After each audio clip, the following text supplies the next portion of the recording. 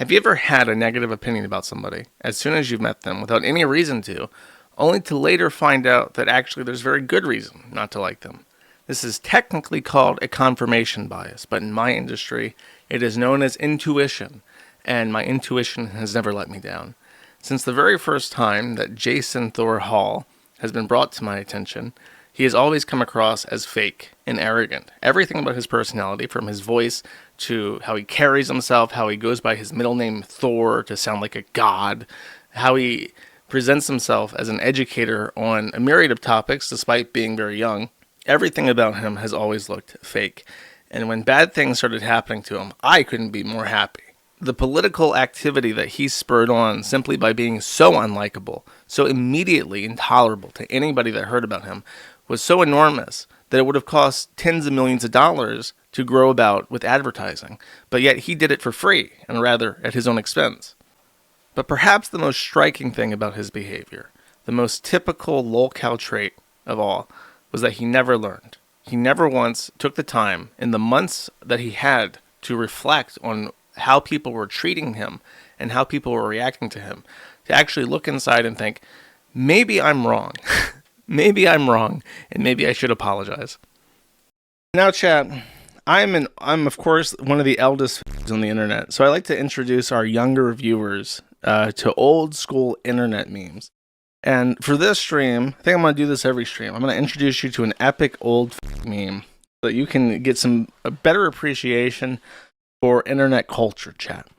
Now, today, at complete random, for no reason whatsoever, I picked this one out for you guys. This is Leroy Jenkins. Let's watch it. Okay, guys, these eggs have given us a lot of trouble in the past. Does anybody need anything off this guy, or can we bypass him? I think Leroy needs something from this guy. Oh, he needs those devout shoulders? Isn't he a paladin? Yeah, but that'll help him heal better. He'll have more mana.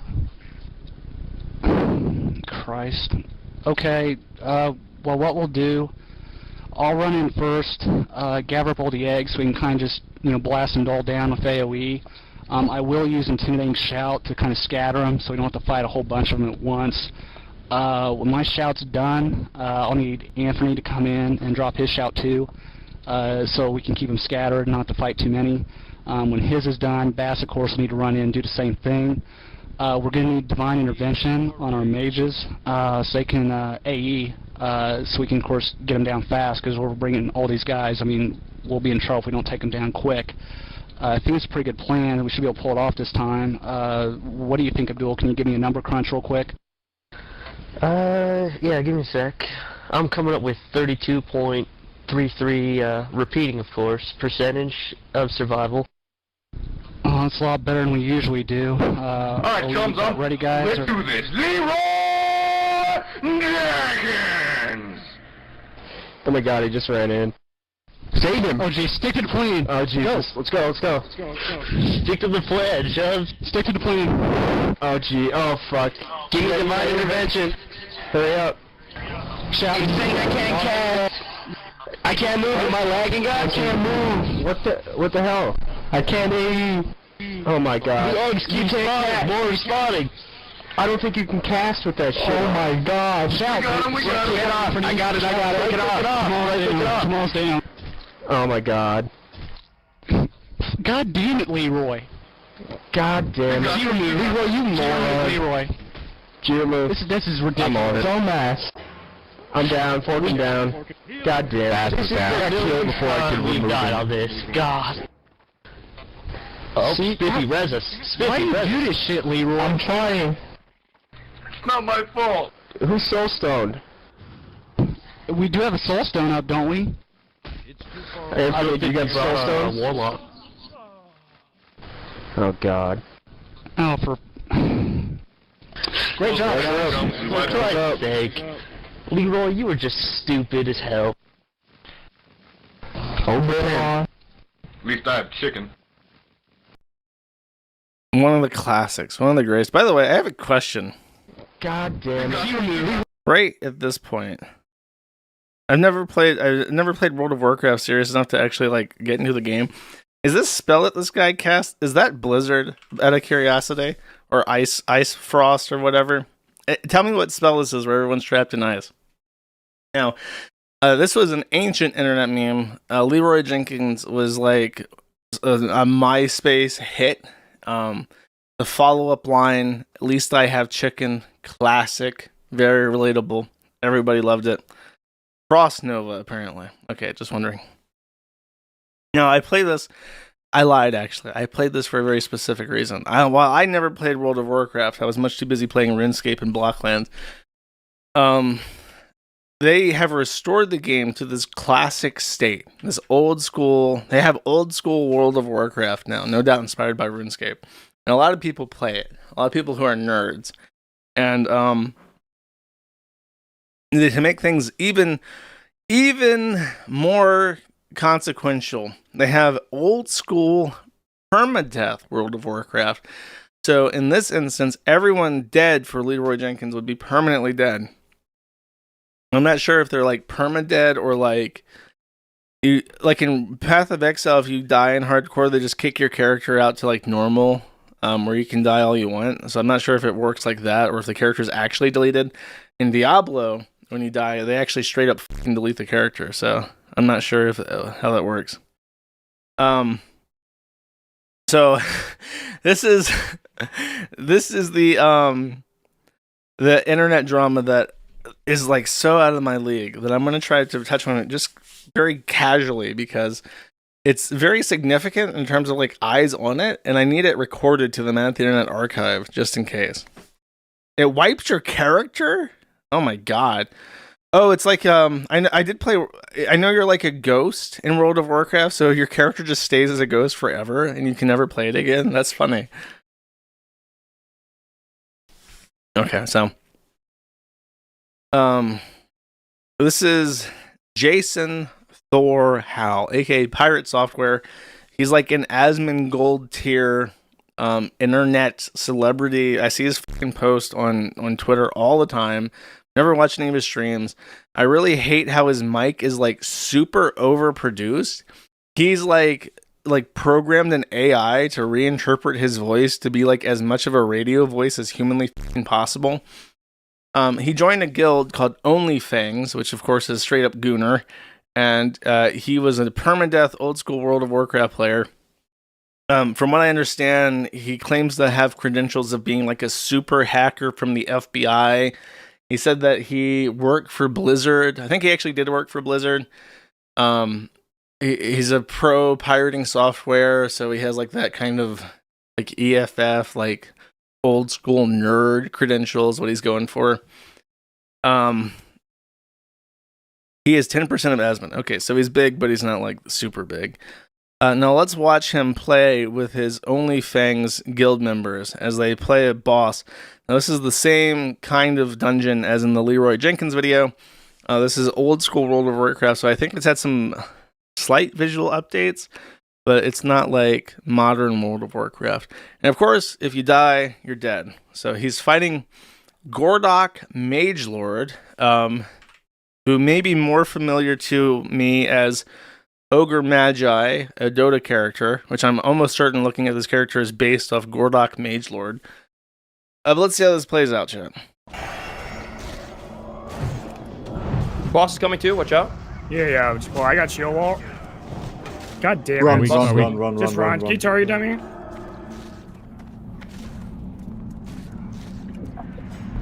I can target him, yeah. Should I do it? Just kill the massive. Yeah, target dummy. Kill the massives. No. Also, are you fine? Any grenades, I got last anything? stand. You can just Heal him. Yeah, just heal me. Just come back a little bit. Boss is on me, sitting bear form. Come back and just heal run. me. I can help a lot. Yep. Pirate, why are you walking, bro? What are you talking about? Why am I Blink. walking? This Look at is my mana. savageable. Come Innervate on, you? man. Just kill the massive. Innervate. Kill the mastiffs. We got He this. heals. In the sense of War something? Do you see my mana? What am I supposed to do for you? just kill the mastiffs. One shot. Okay, we More pulled on another the way, pass more on the right way. now. Ice Nova.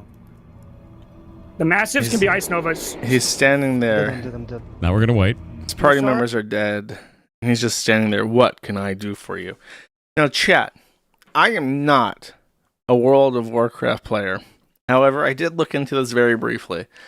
Down here are all of his items and spells. These things right here. You can see my mouse, right? When I move it on this. See if I can shrink this. Because I can't. You cannot. Okay, hold up. Give me 1 second. You need to be able to see my mouse so I can point at shit.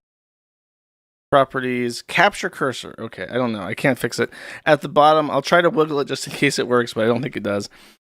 You see this red gem and then a robe right next to it. As I have been informed, the red gem, or maybe some other item on this toolbar, I'm pretty sure it's the red gem, is a mana gem, which the blue one is probably the mana gem, I bet. It's, I don't know, one of these. It completely restores your mana, which he needs to cast spells. And then the other one is a robe. And I believe that robe has a special thing that also completely restores your mana.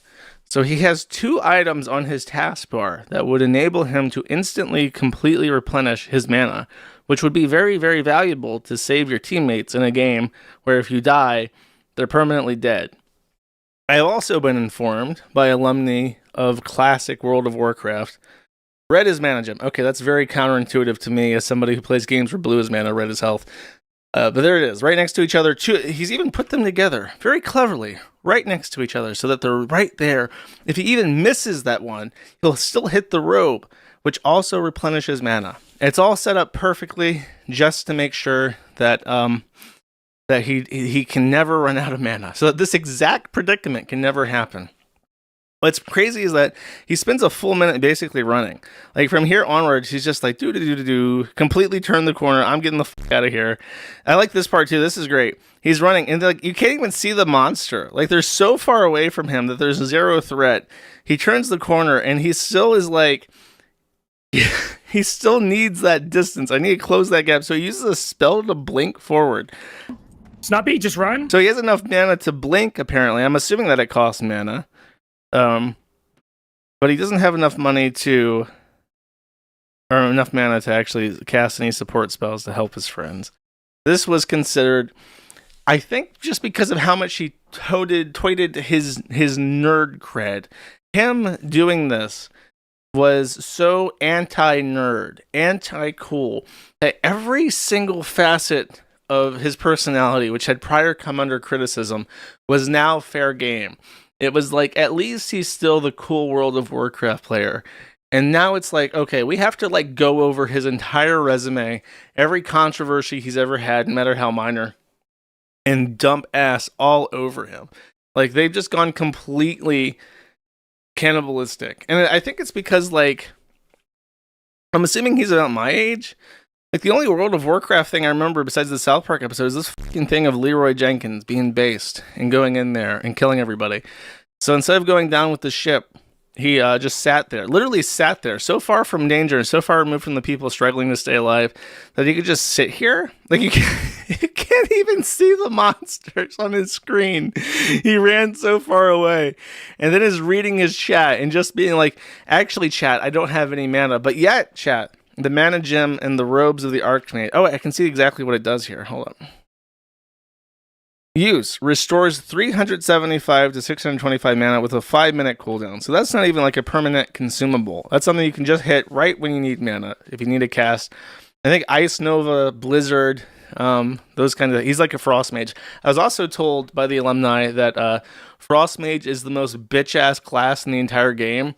Like, if you were going to play old school World of Warcraft and you were just like the biggest pussy and didn't want to die, you would pick an Ice Mage, because there's effectively, if you play your cards right or pick the right skills to level up, you will never ever die as an Ice Mage. That's what I was told. So it's just very funny that this is like the straw that broke the camel's back. This was what did it. Like, after all the bullshit I've heard about him leaving his friends to die in this guild was like, okay, no holds barred. We're going for his career, his lifeline. We're going to remove his manhood so that he can't procreate. This is fucking over. So the riots immediately broke out. Roach is his new name, because as we could see here, scurrying away from confrontation. using even like a little palmetto bug, when they sometimes decide to start flying over a short distance, he breaks out his wings and goes buzz away from the light, away from the threat, far, far away from him, like a little scurrying cucaracha. So how did he decide to handle this outrage? Obviously, as somebody who is a professional streamer, who has lots of money, lots of contacts, a whole Discord server of fans, he can sit down for a second, think about what he's happened, think about what to say, and smooth things over, right? Because it's just like, sorry about those two people. He can go back and help them level up new characters, all that good stuff, right? So this was his response. Insane people on the internet. So I just banned and reported them. We've been doing bans across the Twitch channel. We've been doing batch reports up to Twitch. We've been taking all of this. We've been documenting all the content creators that are egging it on. Like, all of that shit is documented and reported. Okay, hold up. I'm gonna say Death Note, but there's a moment when it should have stopped. And if you watch Death Note, you know exactly what moment that was.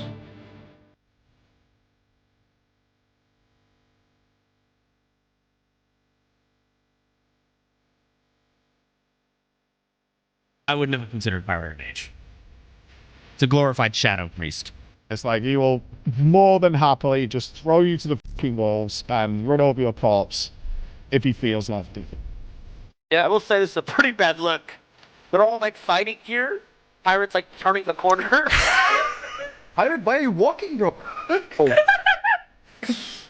What do you think? Look. All streamers who found on him banned from Twitch and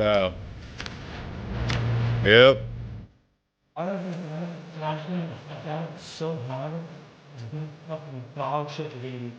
But he fucking panicked, left out Roach, and did nothing for his group. Disgusting. And then he doesn't go back on it. He acts like it's the right decision. Like, you're telling me, like, the rank 1 mage would not have been listed by Force in the water. Like, you Okay. If you need some clarification. Oh, wait, there's one more bit, I think. I can't wait for all of them to get banned. Yep. So after the issue, he decided to clear out anyone making fun of him on his chat, report them all to Twitch staff. He's a high-ranking streamer, so a lot of them got Twitch bans. And then, in his guild, Onlyfangs, there were lots of streamers that were much smaller than him. And they reviewed the footage, and some people unrelated also reviewed the footage who streamed World of Warcraft, and they came to the conclusion that he had pussed out. Well, he also went after them, attacked all of them. I think some of them got into trouble, so... And then he arranged an interview with Asmongold to clarify. And Asmongold is the only person who took his side, basically. And Asmongold, of course, is a huge streamer. But guess what? A huge World of Warcraft streamer to boot. Guess what is really funny about that, chat?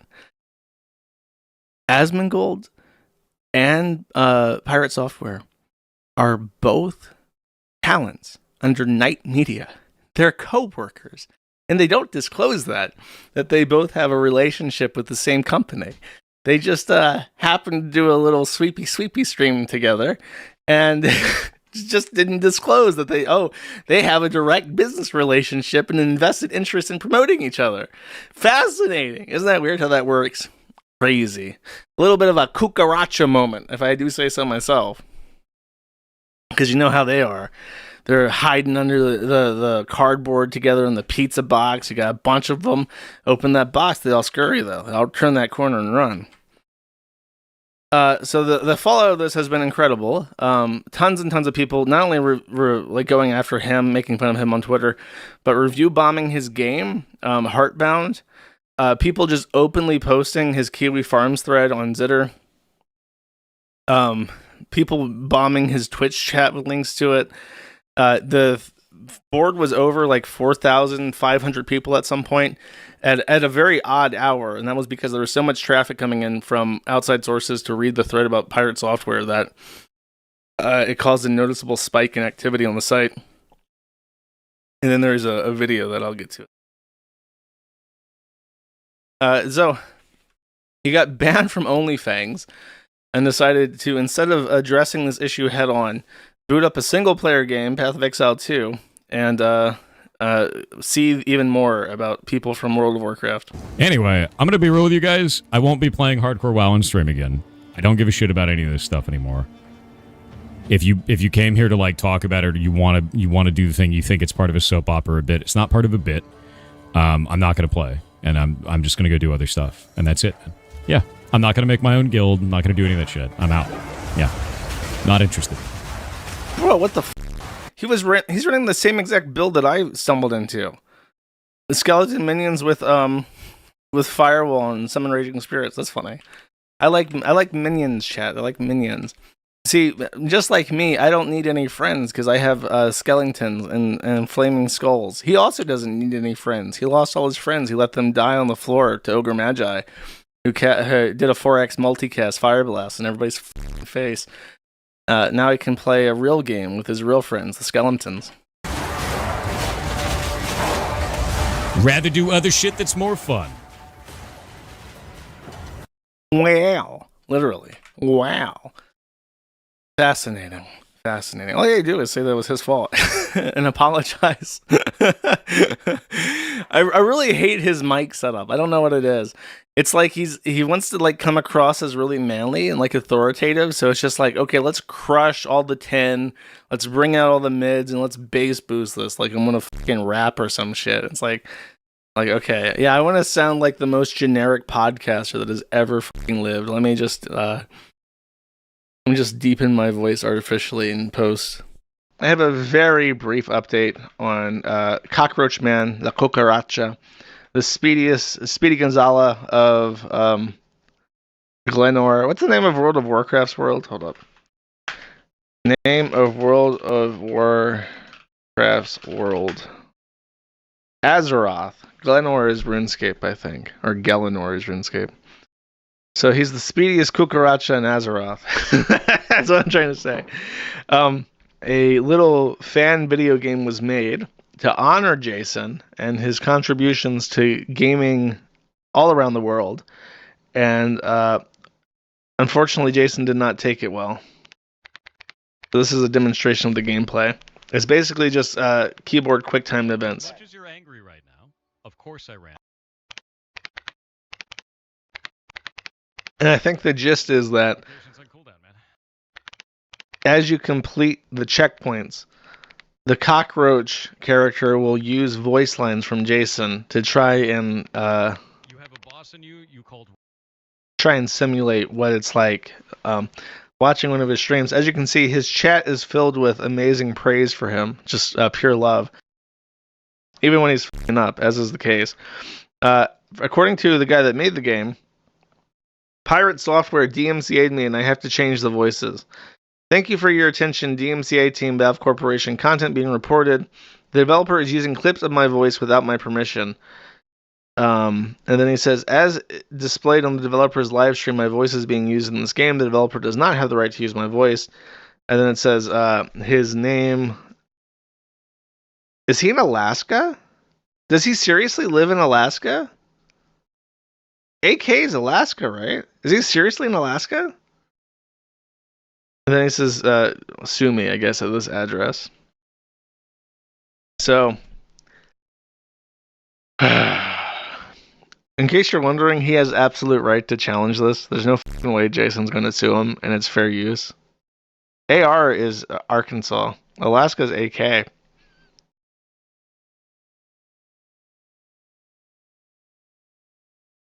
AL is Alabama. Alaska's AK. Yeah, I'm right. Well, he published an address on this. If he lied about his address, that would be perjury. Not that it matters, but... Arizona's AZ. Alaska's AK. Alabama's AL. Arkansas's AR. That's an Alaskan address, I'm telling you. Unless he made like a typo. So maybe he typoed his own address. I know that Tacoma is like in Arizona, right? Maybe he meant to say AR Tacoma, and then somehow his little cucaracha cockroach leg slammed the K key instead of the R key and typed Alaska. Zip code is Washington, but it says Alaska. Maybe he forgot the state. Like, Alaska is the first one that shows up in the state list, right? So maybe he forgot to put his state, so he just said that he lives in, like, Tacoma, Alaska. And then put in the zip code for Washington. Look at the fucking email. It says AK. The only thing I can reasonably think of is that there's a little drop-down list that has Alaska at the top, and he just forgot to select his state, so it just says Alaska. I don't care where the Tacoma is. It says Alaska right there. Okay. Then it's not a valid DMCA. Checkmate. Put that game back up, Steam. If the Tacoma, Alaska don't exist, you must have quit. That's how it works. So yeah, shame on him. I by the way, this is very shameful of me. Hold on. Let me find this. So the reason why I thought I was vaguely aware of who Jason Thor was is that there's this guy. This entire time, I've been thinking that Pirate Software is this really large Twitter account called Pirate Nation on Twitter. And that's why I had falsely stated that I thought that Jason was like a pro, like intellectual property guy. Because I had thought for the longest time that this was the same guy. And then I was learned that he's actually super anti-piracy and anti-ad blocker, and apparently anti-parody and ridicule because he DMCA's like little games on Steam for using his fucking voice clips like a little. So no, he is not this base Giga Chad pirate enjoyer. He's actually a complete and total. From what I was told, the only reason why he uses Pirate Software as a name is because if you search like Pirate Software game name, his channel comes up as a top result. So it's 100% like a marketing strategy. It's the most soulless, fucking, like intellectually bereft type of naming strategy ever conceived. He's basically just a fucking. He's actually really disgusting. The more I learn about this guy, the more I fucking hate him. He's so completely unfucking likable. And his bullshit where he does this, where he's like, "Hey guys, I have a really deep voice. This is how I sound naturally. I'm basically born to be a podcaster, guys. This is my super cool, deep podcast voice." Disgusting chat. Holy shit, he's there. Okay. The cockroach. This was the real highlight of the video, or this entire stream. So, Jason Thor Hall, the guy who roached the f*** out and left all his team to die, got put into this video game by this guy, Anarchy Studios, and it featured voice lines, and it's just like a parody, like a joke, like a really simple thing.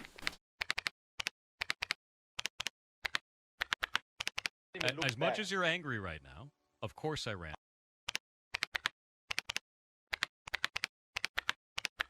Evocation's on cooldown, man. So, the guy that made this immediately got a DMCA from Pirate Software, complaining that his voice lines were not permitted to be used. Pirate Software, who, as I will remind you, is not using that name because he is pro-piracy. He's actually explicitly anti-piracy and super cucked on IP law. He picked Pirate Software specifically so that when people search like pirate game name, his plays and his videos will come up as a result because of the word pirate in his name. So he's a basically. I did talk about the DMCA. I talked about that. What I did not know is that there was actually more to it. What you're watching, this video, was actually a demo. This video was put out by the creator of the game, but he put out on Reddit just as a meme that he had added the Roach Boy as a character in his streamer parody game.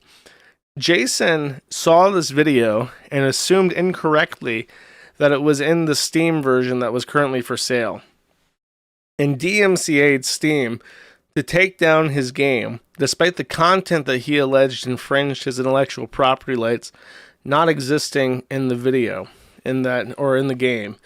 So it's really hard under the DMCA to countersue somebody for DMCA abuse. as I did a very funny bit, one of my favorite bits I've ever done for the stream. When Ralph started DMCAing Mad at the Internet for featuring clips of him, I said, I would like to sue him for copyright abuse. But if I tried to, he'd just go up to the judge and be like, I'm sorry, Your Honor, I'm just a dumb piece of shit. I'm just dumb, Your Honor. I'm a dumb piece of shit. I'm just a country boy from West Memphis, Arkansas. I don't know nothing about fair use, Your Honor. And then he would come out of court and he would say, I told you once, I told you twice, John Potter. You can't mess with the Ralph mail. You can't abort the retort. And that would basically be Jason's, like, I thought it was in the studio, bro. I thought it was in the studio. I didn't know that it wasn't on Steam, bro. I had total good faith that I was, like, totally, like, in the right, bro. And that's all he has to say to get out of this. He would have to actually say the affirmative that he knew it wasn't there and he took it down anyways in order to not be penalized for with other people's money, products, and intellectual and creative output. Which sucks, and it should be changed. But it is what it is. But there's more to that. Oh, this is just his voice changer glitching out. He deepens his voice on stream to sound more authoritative. This is what he sounds like when his voice changer breaks. So that does work. I don't know what that gives me, though. I don't know what is that supposed to do? How am I going to put that shit in there? Oh, God. I love it because you can just hear the thing like spazzing out. It's like stopped changing his voice because it stopped recognizing it as like a human voice. Then, okay. So I'm going to play this because this is how smug this asshole was when he decided to DMCA this guy because he saw the video that made him cry, big boo-hoo sob tears. He actually was live streaming, and he then paused his stream to start talking like the biggest that has ever lived. Let's take a listen. Hey, Kronos, we have to file a legal complaint against that dude earlier. Oh, no. This was after he received an email from Steam that they were putting his game back on the Steam storefront because they because he had counter DMCA. So this was his reaction to being told no by Steam. Someone stands up to this loser and says, no, you're not going to get your way. This was his immediate reaction. This is his real human reaction to being told no by another adult for the first time ever. For a moment.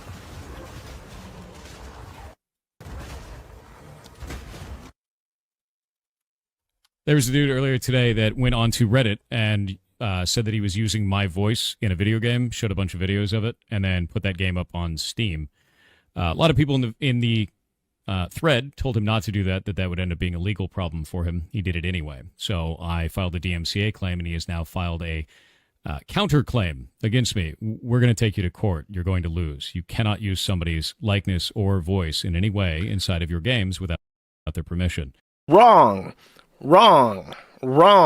You can use voices and likeness for creative purposes without permission, as long as it is a fair use. Parody and ridicule are the most quintessential fair uses in this country.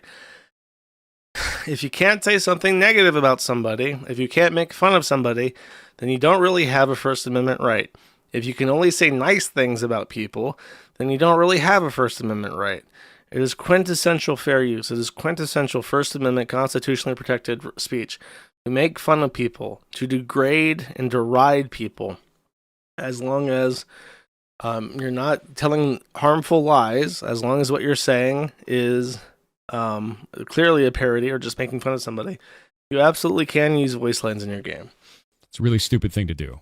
Incredibly so. So I'm going to send this over to Kronos now because he is a lawyer in copyright law. That is his job. Kronos, we have 14 days to respond to this. Forwarded.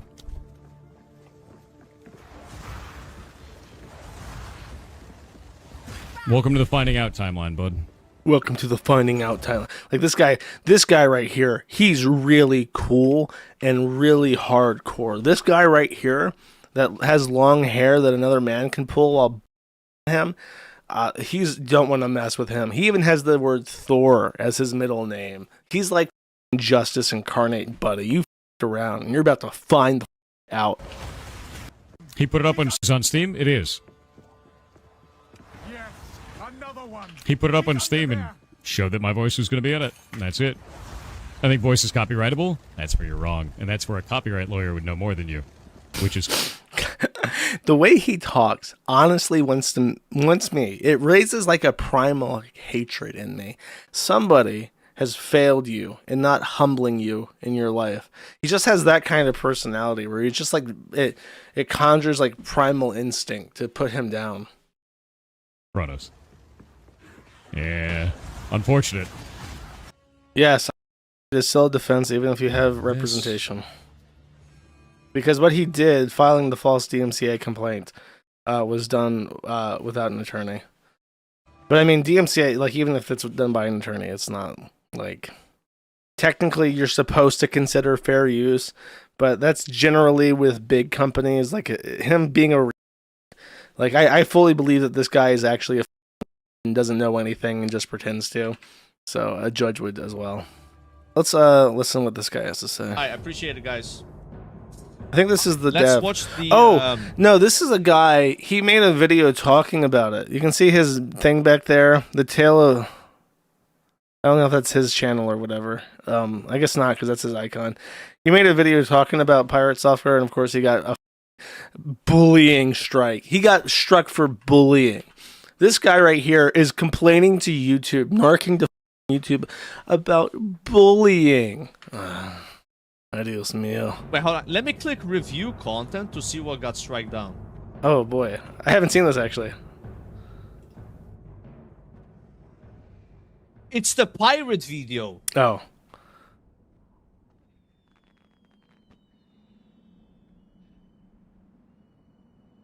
Yeah. Harassment and cyberbullying policy.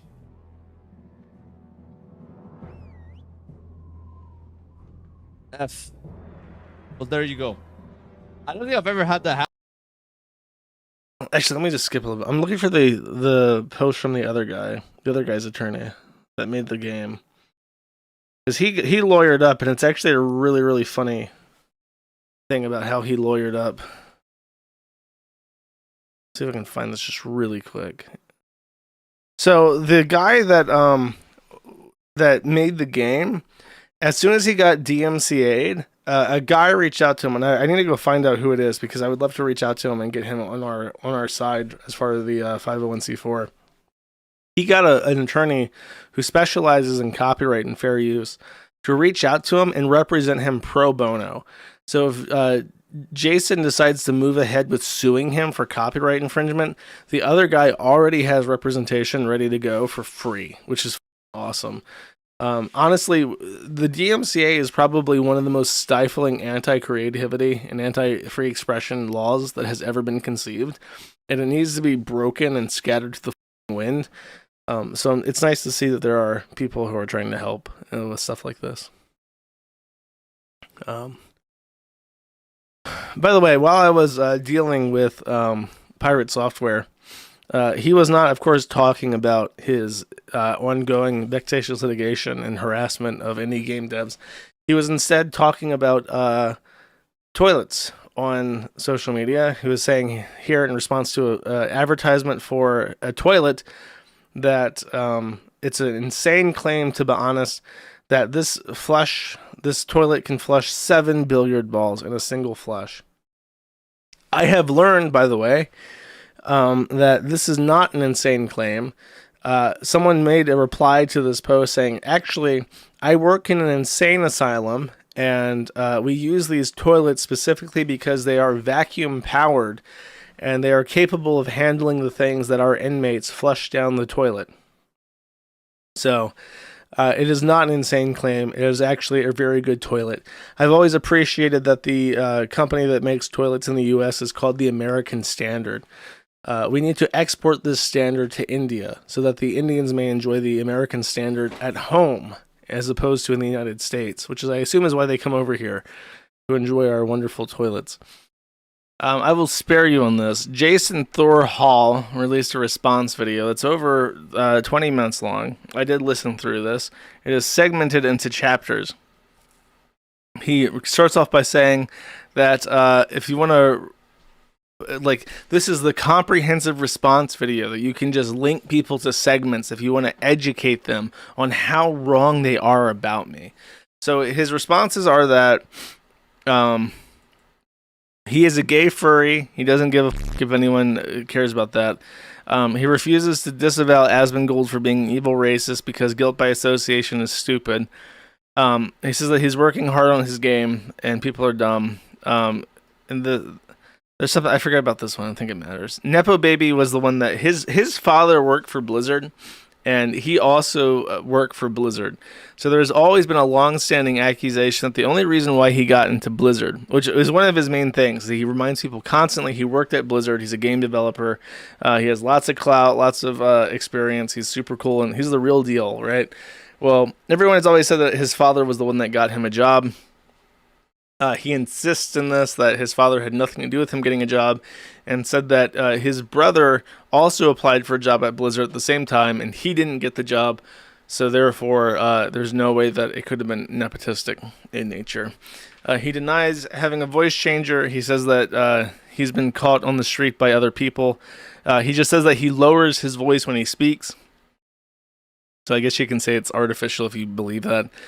I did not watch the segment about him cheating in a game. I don't care, to be quite honest.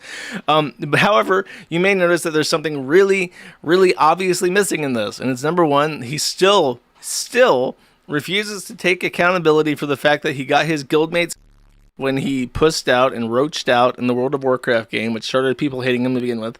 And number two, absolutely no mention or apology towards the person that he sent a fallacious, false DMCA strike against their game on the Steam store for what he thought was a parody of him. So not even that he actually was satirized and parodied using voice clips that sound kind of like him. He just thought that and was wrong. And of course, he does not acknowledge this. He does not acknowledge that he's wrong, doesn't apologize, doesn't just eats the shit, says, F you. Okay, so I hate his face. He has that face that you just look at and you're just like, you look like such a... Let's talk turkey. Let's talk real business. So, if you are a member of the European Union, if you are a resident alien or national of the European Union, I would implore you to go to stopkillinggames.com or to the Kiwi Farms and click this link and go to this page. And all you have to do to sign this petition, I would like you to sign my petition. Can you sign my petition? You must enter in your nationality, and then you have to fill in a little bit of information so that they can verify who you are. It takes 30 seconds.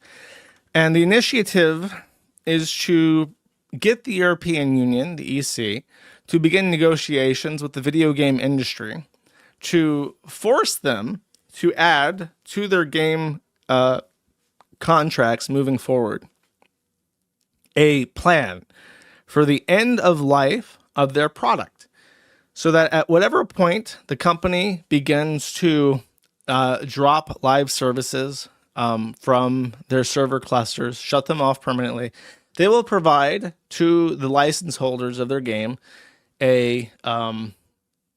some way to continue playing it. Either update the game to include a single player thing, release the binaries that include the servers so people can self-host and do LAN or do like private servers, something like that. That's the initiative, and that is a very good thing, I would feel on its face.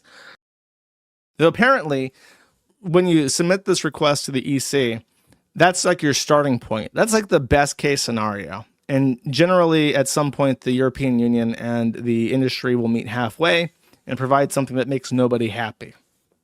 So you might be wondering, why promote a democratic process for the European Union that's gay, and the only thing they've ever done right is get phones, iPhones to have USB-C chargers? Like, why even bother shilling for the European Union juice? This isn't like you at all. In fact, this is betraying your principles. Well, that's where you're wrong, stalker child, because I'm not betraying my principles. My principles are airtight. Even if you don't give a shit about video games, you should still sign this petition because there is an enemy of all freedom, peace-loving people on the planet. And his name is Malding Factory. That is his real name. Actually, it's not. It's his persona name. His real name is Jason Hall. He prefers to go by Thor because he's a... But his furry name, as you can see, for his like little otter or whatever persona, is Malding Tree. And Malding Tree is the enemy. He is the Staatsfiend gegen uns alle. Okay. And he must be taken down. He authoritatively declared some time ago that he was going to be the end of the Stop Killing Games movement. Let's hear his exact words, chat. Let's get this transcript up. There's only one part of this video that I want to play. This guy is very autistic, by the way. And it's just so unfortunate because it's like, he's just like this weird dude. And he's very obviously like a little spurg. And he's like, I want to make video game better for everybody. And it's like, he can't do it because this Nepo Baby, Malding Tree, has ordained himself to be God and says he cannot do this. See this guy? He's got like the full head of hair. He's got that intonation. We talked about his voice before, how supposedly it's fake, supposedly it's not fake. Regardless of if it's filters or not, he has that radio voice. So he's like the exact opposite. You have this weird looking guy that just wants to play old video games. And then you have this guy that's like this industry plant that is like super normal looking. And he has decided that he's going to bully this poor nerd and ruin his Stop Killing Games initiative by spreading outright lies. More in particular, the big lie that he told was effectively, if you let this evil nerd pass this petition, the European Union would send in the Stasi to every game development studio in the world, guns drawn, zigzawas at the ready to drop game devs in their place if they did not agree to be contractual slaves to the European Union and edit every live service game that ever existed to become a brand new single-player experience. That is the lie that Malding Tree said about the Stop Killing Games initiative. And as a result, his little chudlings went after the poor nerd, Curse Farms, and spread lies about his initiative to try and ruin this poor lad trying to save video games.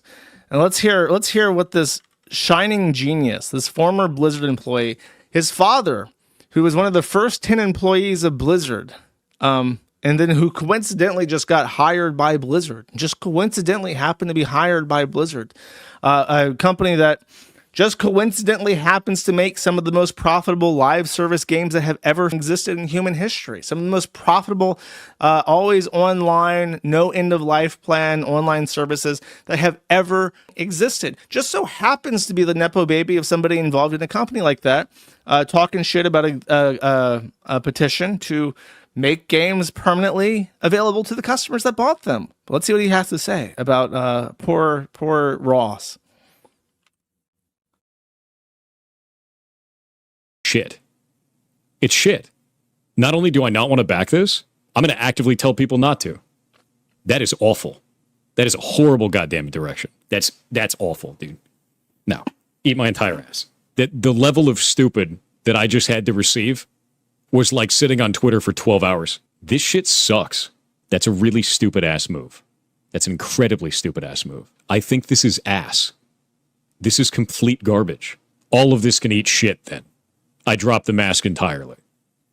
I have no qualms about that. They can eat my entire ass. The whole thing. That sounds stupid as shit. Oh, yeah. I can see why people like him. It's like listening to Mr. Rogers. See, I mean, he's just a dopey autismal. And he just wants to say, do you, if you're in the European Union and in the time between me saying, sign this petition and now, you haven't already signed it, You are letting Malding Tree win. He is sitting there, his little fingers pressed together, going, yes, my child. My child will ignore the petition. Meanwhile, poor Ross, working, slaving away, spending his own money to support his initiative. He's saying, no, my child will sign the petition. It's happening. You don't want to make, you don't want, see this guy? Hold up. You see this guy right here? Do you want him to be happy? Do you want this man to know happiness ever again in his life? Because right now he's very happy. He's very happy with you, lazy child who hasn't signed the petition. He's very pleased with you. He's going, yes, yes, good. Be lazy. Do not sign my petition.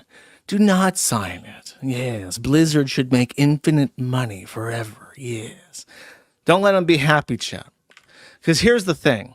During the World of Warcraft debacle, which I talked about, where basically Malding allowed his entire team of hardcore World of Warcraft classic friends to die as he scuttered away like a little roach, scuttered away as a frost mage roach. All his freezy spells ready to go. Mana gem at the ready. Archmage mana reload ready to go off cooldown. He had all the mana in the world to cast his freezy pop spells. But what spell did he cast, chat? He cast Blink, as in the teleport spell, to get the f out of there while all of his friends died. And he lived. And since then, it was a Pyrrhic victory, because even though he allowed all of his streamer friends to die a horrific death that he could have prevented, he was never allowed to return to World of Warcraft. He was booted out of his guild, Onlyfangs, and he says there's now like a force field that prevents him from playing World of Warcraft. So he may have saved his character, but in the end, it didn't even matter. For the coward's toll is always death in the end, chat. All these people letting poor Ross down. Ross is literally autistic. He can't help himself, okay? He needs you. He needs you, especially if you're not like an English speaker. Unironically, the best people who could possibly help this shit right now, because it gained like 80,000 signatures in a little bit over a day after he made this video talking about Jason Thor Hal. So it's like, it's possible. It just has to happen really fast. It's like on track if it gets 10,000 signatures a day. And I think the people that need to do it the most are like, here's the thing about, when I was in Europe, I looked at European streamers because I was like, can I learn like a language listening to like Twitch streamers? And the people that stream in like Spain and France and Germany and Poland, they all stream Rocket League. And Rocket League is like a live service game. Those Rocket League streamers, if you watch Rocket League streamers, you need to contact your Rocket League streamer and get him in the language that he understands to understand the purpose of this petition. And as we've discussed, the purpose of this petition is to get this asshole, get this asshole to cry himself to sleep. And I think if you show people that and you really drive home what this is about, they will sign the petition. They will advertise the petition in a language that other European residents will understand. And we will all benefit and prosper from this, okay? Tell your mom, tell your dad, tell your brother, and they'll be like, ay Dios mío, un americano horrifico. I'll sign all your petition. I don't know how Spaniards sound. They probably sound more bippity boppity like Italians. I've never been to Spain. I had no interest in going to Spain. That's literally all I have to say about this. That's it. That's all I gotta say. All right, sign the petition. God damn it. I don't even know how to say that in German. It's a hard word. Sign is like Unterschrift, right? Unterschrift, deine Unterschrift on die Petition. I can't imagine that that's translated to anything in German. Hold up. Petition in German. I am not a robot. I'm going to depel them. Petition in German. Petition. Also known as an Unterschrift action. I like that more. Unterschrift action. It sounds like Antifa, anti-fascist action, but with Unterschrifts instead. Okay, do that. Unterschrieben. That's it. Unterschrieben Sie. Bitte. Gegen. Unterschrieben gegen die Malding Schwulette. Okay? That is your commandment. And that's the high order from the Bundeskanzler, all right? Sign that shit. It's such a beautiful language.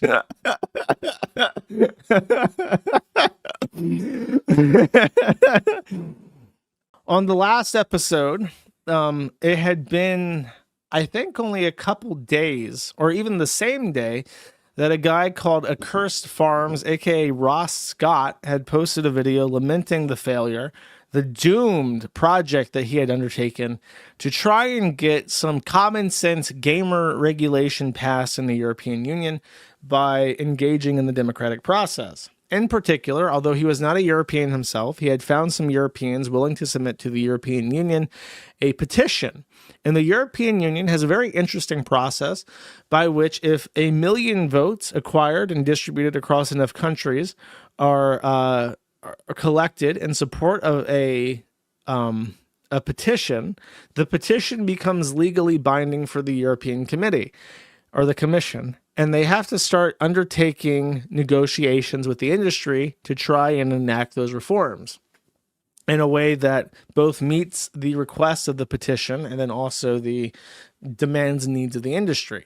And as always, these democratic negotiations leave both sides deeply unhappy, but that is the process. And we as a democratic country, as technically a democratic republic, but we as a democratic country, we call ourselves a democratic country. We as a democratic country, we understand that democracy, as Winston Churchill once said, democracy is the worst form of government after all other governments which have been tried. So our boy Ross Scott decided that he would try and get this petition off the ground to try and get some regulations in the EU, because knowing that they would be passed in the EU would positively impact gamers all across the world, including here in the United States of America. However, despite collecting nearly 500,000 signatures across the European Union, our boy, our hero, the Jedi himself, Ross Scott of Accursed Farms, encountered something he did not suspect. Because when you enter the political fray, you may think you have perfectly good intentions that nobody could ever possibly shake a twig at. What he did not know is that Darth Maldavius Figtree was waiting and lurking to spring a trap on him that he could not have seen coming. And Maldavius did indeed slander his petition. All Ross Scott wanted for his Stop Games petition was to have the European Union pass a regulation that says if you want to sell a game in the EU, the sales agreement for that game, if and only if it contains online services, must explain their intentions for what to do after they sunset a service. Because it doesn't matter how big a game is, eventually there will come a day where that game has to shut down if it is always online. There is no company on the earth that will remain on this earth forever. So therefore, with 100% assurance, you know that every live service game that currently exists will one day be permanently closed. And if there is no generosity on behalf of the multi-billion-dollar corporations that publish these live service games, then that game simply ceases to exist. And there are many games out there that were live services that people paid a full price of a video game for, that they can never ever play again because the server is gone and there is no server binary for them to self-host and no way for them to play LAN. So that's all he wanted. Was I think not even necessarily a mandate that they publish the server code, but the sales agreement, just as a starting point, must say something about what they intend to do after the game sunsets, which could just be nothing at all, but it has to be there in the agreement. So that's sort of like how it works. He tried to explain this, that it's a negotiation. You're going to have people who are consumer advocates who want their maximalist position, which would be that you have to distribute the code of the server even so that people can run it on their own computers. And then you would have the industry position, which is that we shouldn't be forced to give out intellectual property. And then the European Union, through rounds of negotiation over a very long time, comes to a middle ground, as I said, that makes nobody happy. So it's sort of this lengthy, boring process that's hard to understand, which is why when Jason Hall, who made no attempt to understand what the was even being asked, went out, he basically just lied and smeared this campaign and said that it would end live service game development in the European Union, and it would stop game developers from making games that people love. Because you have games like Dota, you have games like World of Warcraft, games like RuneScape, that are all live service games that millions and millions of people enjoy. And Moldavia's fig tree told them that if this European Union petition passed, those games would be shuttered in the European Union, which was false. And this led to rampant speculation about why exactly Moldavia's fig tree was saying these things about this petition when he should be smart enough to understand that that is not true.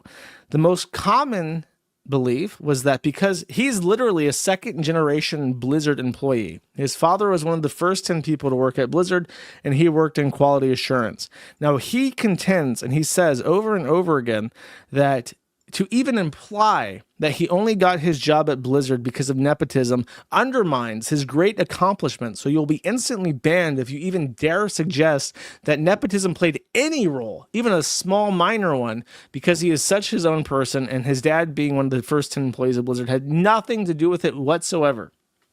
However, the conniving, conspiratorial mind would look at this and look at his antagonism towards Stop Killing Games and say, hey, Blizzard is like one of the biggest slop churners in terms of live service games out there. You got StarCraft that you can't play LAN. You got World of Warcraft, one of the original OG live services that basically defined live service as a thing.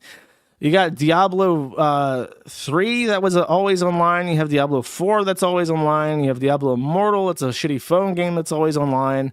And it's like, they're the king of slop. You got Overwatch, that's always online. You got Hearthstone, that's always online. All these games that you can only play when you have access to a server.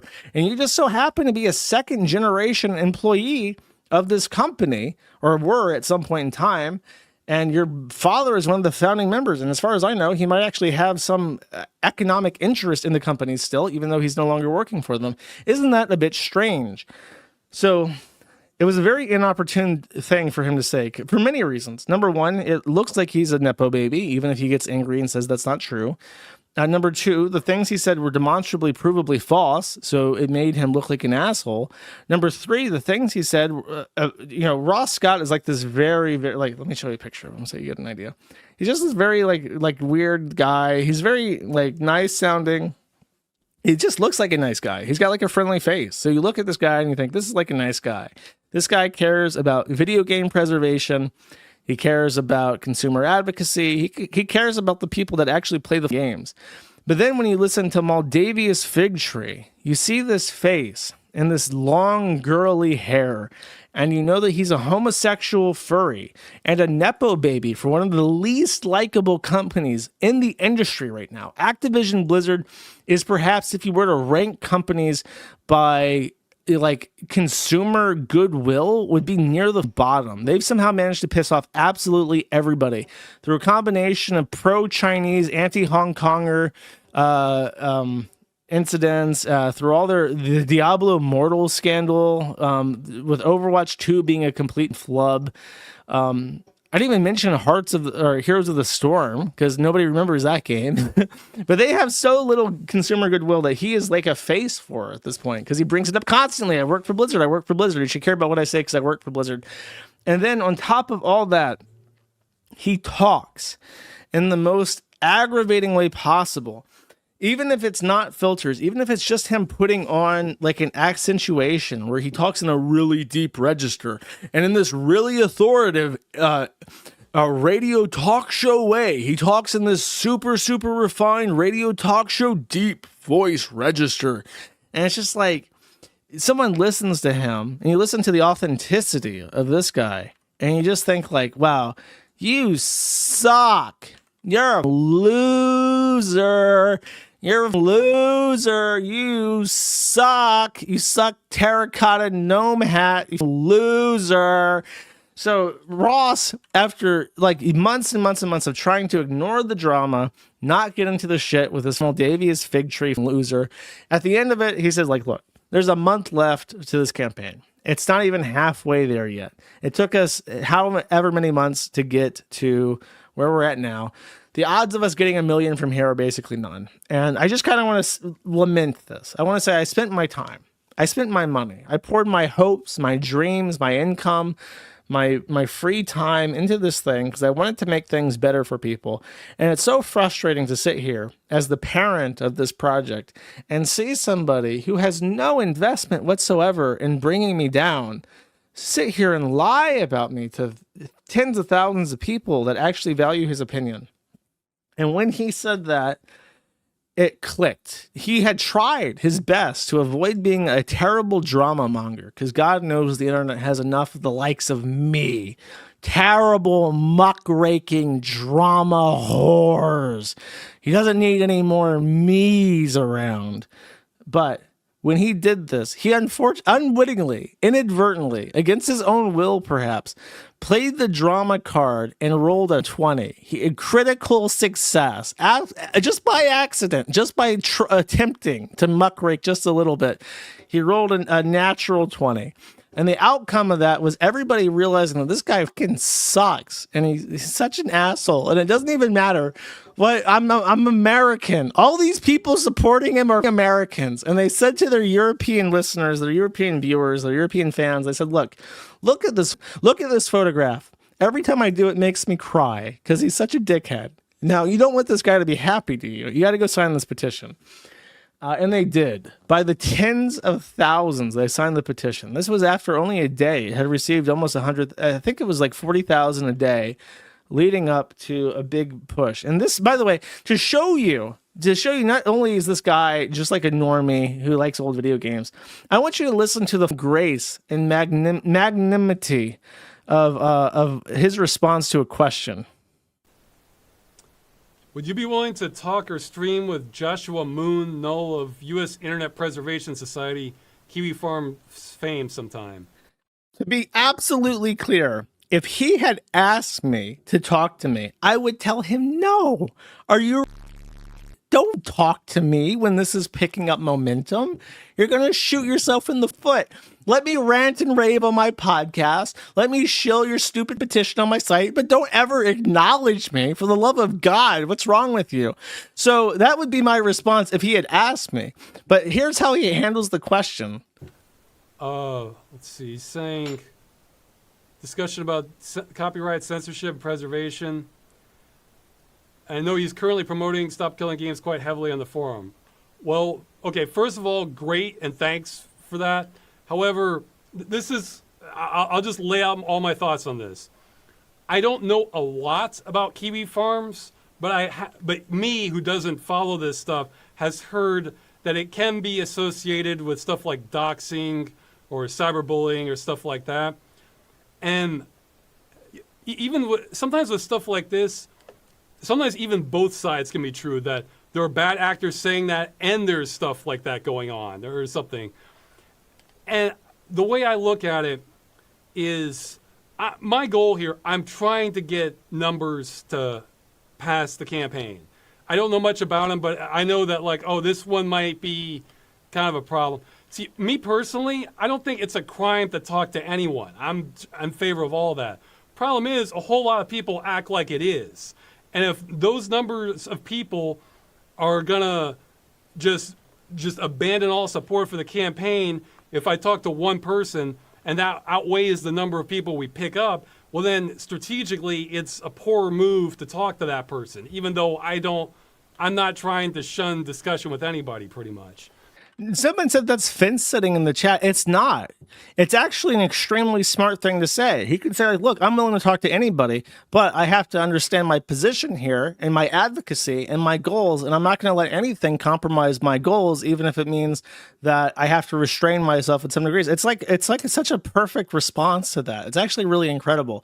And he has sort of this thing where you look at him and you listen to how he talks, and he's kind of underwhelming. And then when you actually hear him talk about things, you realize that he's a lot smarter than you might give him credit for. And it's sort of like he subverts expectations by actually just being really, really clever, even though he doesn't give himself enough credit. So I didn't even give him enough credit. I made fun of him a little bit in my first stream. I was like, look, he's kind of like dopey and stuff, but no, he's not. He's clever in chat. So it's so diplomatic. It's like a level 10 Riz. Okay, he's got his Riz attribute maxed out. A very uncommon skill these days, by the way. So he acknowledges the forum, thanks you for your support, and says, thank you, but no thank you. I gotta listen here. This guy, he's out to kill my petition, and I'm here to get you to sign my petition.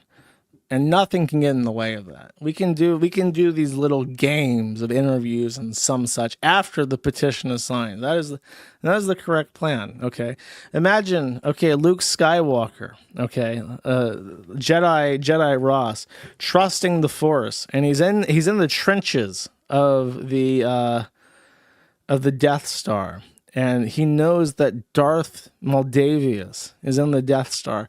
Is he going to have like a little phone call with Han Solo in the middle of this? Can't take no phone call with Han Solo. What did Luke do? He turned off his computer. He turned off the radio. He's like I got to focus on landing this shot. This one in a million, okay? You can't just have a little bit of a phone call in the trenches, okay? That's how it is. That's how it's got to be sometimes. I know that people on the internet communicate entirely through Star Wars analogies, so I figured that would be the most appropriate avenue to express my opinion on this. Next. So his petition took off, hits 1 million. It actually succeeded. I'm skipping over all the fun stuff really, where it goes from like 50,000 a day, and then June 2nd hits. And by the way, this is completely grassroots. This is just people on YouTube advertising this. But none of the big media outlets are talking about this petition. The closest thing to a big media outlet talking about the Stop Killing Games initiative is the Times of India. And to be quite frank with you, there are some really funny articles that get posted on the Times of India. They seem to be like a Wild West in journalism. Sometimes you see a Times of India article and you're like, that's awesome, actually. I don't know what those Jeets are up to. Anyways, July 2nd was their big coordinated push. They're going to spam the hashtag. They're going to publish videos. Nobody nowhere would not be able to hear in the European Union of the Stop Killing Games petition. And it worked. PewDiePie got in on it. Mutahar got in on it. Lots of big names that have tons and tons of followers got in on it. Ross managed to avoid any bad associations with any bad actors out there. Through his diplomacy, got a conversation with Louis. I like to call him Louis because I think Louis is a nice name, but it's Louis Rossman. To talk because Louis Rossman's big into right to repair, and Louis had been kind of a jerk to him. He was pretty like rough with him. So like, look, bro, he was basically like Uncle Ben telling Spider-Man that with great power comes great responsibility. He tried to give him that kind of a speech, but like in an asshole kind of way. So he got to talk to Louis Rossman.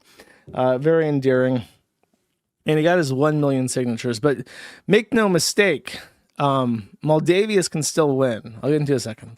There's also like a renaissance of art. So there's all sorts of fun little drawings and memes that are made on the forum that I've seen spread far and wide. I featured on the Kiwi Farms a video of oh god, hold up, let me find this real quick.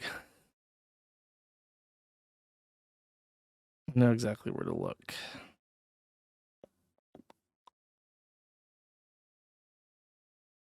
This was, I think this was made on the forum, and then I featured it. Hi there, would you like to sign my petition? Not only do I not want to back this, I'm going to actively tell people not to. I saw this get posted by randos on Twitter. So there was like a complete renaissance of art and creativity all around this dichotomy of the evil Maldavius versus the blessed Ross, which was very funny to me Because I think as soon as I saw his video, I'm just like, bro, you got to just make this guy look like a villain. And a petition signature is more about spiting him than doing anything. And I think that was the correct avenue. So while he kept his eye on the prize and like, look, this is a great thing for consumer rights, the people, the actual people, the mob, they knew. You got to get this. Sign my petition. Not only do I not want to back this, I'm going to actively tell people not to. Awesome. Anyways, here's another one. Why would that happen? I'll tell you why. If a person has ugly thoughts, it begins to show on the face. And when that person has ugly thoughts every day, every week, every year, the face gets uglier and uglier until it is so ugly you can hardly bear to look at it. A person who has good thoughts cannot ever be ugly. He can have a wonky nose or a crooked mouth and a double chin and stick out teeth. But if you have good thoughts, they will shine out of your face like sunbeams and you will always look lovely. Oh, that's quite nice, chat. That's quite nice indeed. Here's PewDiePie endorsing Stop Killing Games. This was in a community made. He posted a video, and a bunch of people in the chat or the comments were like, "Bro, you gotta cover this shit. We gotta kick Maldavius in his nutsack." He's like, "All right, well, I'll do a video about it." He did do a video on the second of it, but he says, "Thank you all for the amazing support in my recent videos. I love how I can just nerd out and share whatever with you guys." In the comments, I've been seeing some of you mention Stop Killing Games. I want to say I 100%, and this is a Swedish national, okay? So his of all the creators in the world, his signature and opinion actually matters. So as a proud Swede, he says, I 100% support this. Bork bork. It ties in perfectly with what I talked about in my video. Ownership over software in the games we buy. Strongly encourage you to sign this. And then he did publish his video. He did endorse the petition. And it was a total Ross victory. Kind of. So here's the thing. The way these European initiatives work is that because they actually do compel the European Council or Commission to enact policy changes, they actually audit the petition. Now, I want you to consider this for a second.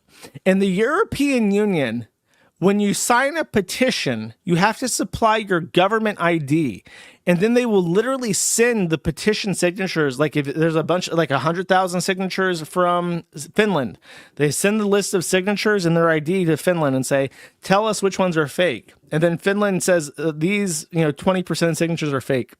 That is how the European Union validates a petition.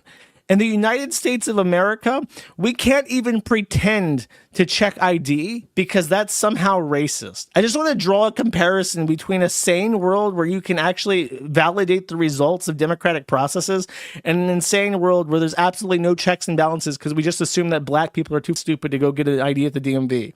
That's what's happening right now. So, as I was indicating, they are going to thoroughly evaluate the results of this petition. To see if it actually crossed that 1 million signature threshold. So, and obviously this gained a lot of international attention, so people are going to try to game the system, even though they were told explicitly by Ross not to do that because it does not help in any way, shape, or form. And it just creates ambiguity on if the results are positive. A lot of Maldavius stormtroopers were out firing shots at the movement, saying that it was botted, that it's all fake, because it was receiving hundreds of thousands of signatures a day. On July 2nd, it got like 150,000 signatures. So like, no, this is fake. This is bullshit. When it gets audited, you're not going to have enough. So although Maldavius has been laid low, seemingly, it's like at the end of a horror movie. Okay, the evil villain is supposedly dead. He fell or something. Wait a second. Just because Maldavius is there laying on the ground, you can't just assume that Maldavius is dead, bro. You can't just like walk away like mission accomplished. You got to make sure that's dead. So they're trying to get 1,200,000 signatures, which I think they're actually pretty close to getting already. But basically the EC has, because it already crossed the million, they're saying they're going to start preemptively auditing signatures to try and see, because they still got time left. So the EC guys told them, they're like, we're going to start looking to see how many of these are fake, so you have an idea of how many more you need. But long story short, if you haven't signed, you can still sign. You can still get it. You can be the one, okay? The 1 million signatures, they've got Maldavius on the ground, but you can still get up. There's still time for a sequel, unless you make sure that the deed is done. You don't want no cliffhanger. You don't want no post-credit sequence where Maldavies retches his hand out from the ground. Okay, you got to make sure this shit's over. Yeah, you'll sign it. Yeah, real Troy Durant. That's right. You got to sign the petition. Hi there. Would you like to sign my petition? Not only do I not want to back this, I'm going to actively tell people not to. Anyways, so I got the 1 million signatures. And by the way, I literally just stole this guy's meme and posted it on Twitter with the message. I'm so proud. This stolen ass meme from the forum got 4.3 million views and 105,000 likes. So just do the math here real quick. I'm pulling my calculator. 4.3 even. 4.3 million. Okay, 1, 2, 3. Divided by 107,000. So every 40 views, every 40 people who saw this message saw his face crying. They just saw this guy's face crying. They don't know what the f is going on. They don't know what a stop killing games is. They don't know what a million means. They just see this guy crying and they're like, yeah, that's a winner. That's a winner. That's all it takes for 1 out of 40 people to be like, yeah, that guy. That's all it took. I don't need no context here. I'm just liking this one. By the way, just as a little experiment, because when I bought the gold badge for the USIPS.org Twitter account, it gave me a bunch of ad credits, and I have never done any kind of advertising campaign ever. So, when I did my stream last time, I said, like, he's talking to all these English-speaking people about this petition. And it's like no country except Ireland speaks English anymore. He's got to reach out to creators that are not English speaking to appeal to them. So I literally put my money where my mouth is, and I spent $500 in X advertising credits. I posted a tweet in Polish, and it just says like Fortnite, EA, FIFA, Diablo 4.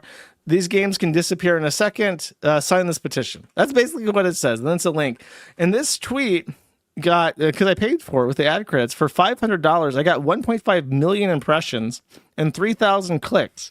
And then I even posted this and I said, look, this was my experiment. And this is what came up. And I even got people saying that they had never seen this. Nice to know it was you. I signed it from your ad. Isn't that nice? I got a guy who signed this petition because of my advertisement. So, and he's Polish. He's even got like actually that's Czech. That's an advertisement from a cartoon from Soviet Czechoslovakia.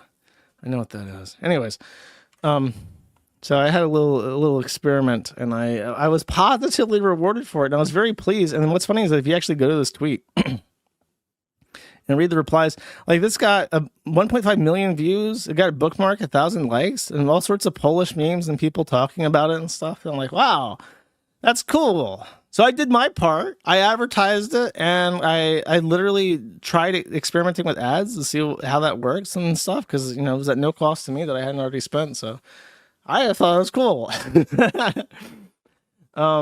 Why Poland? Because I looked at I'll show you actually. So this is the progress page. They have the same confetti thing that the Kiwi Farms has, by the way. It's the same exact mod.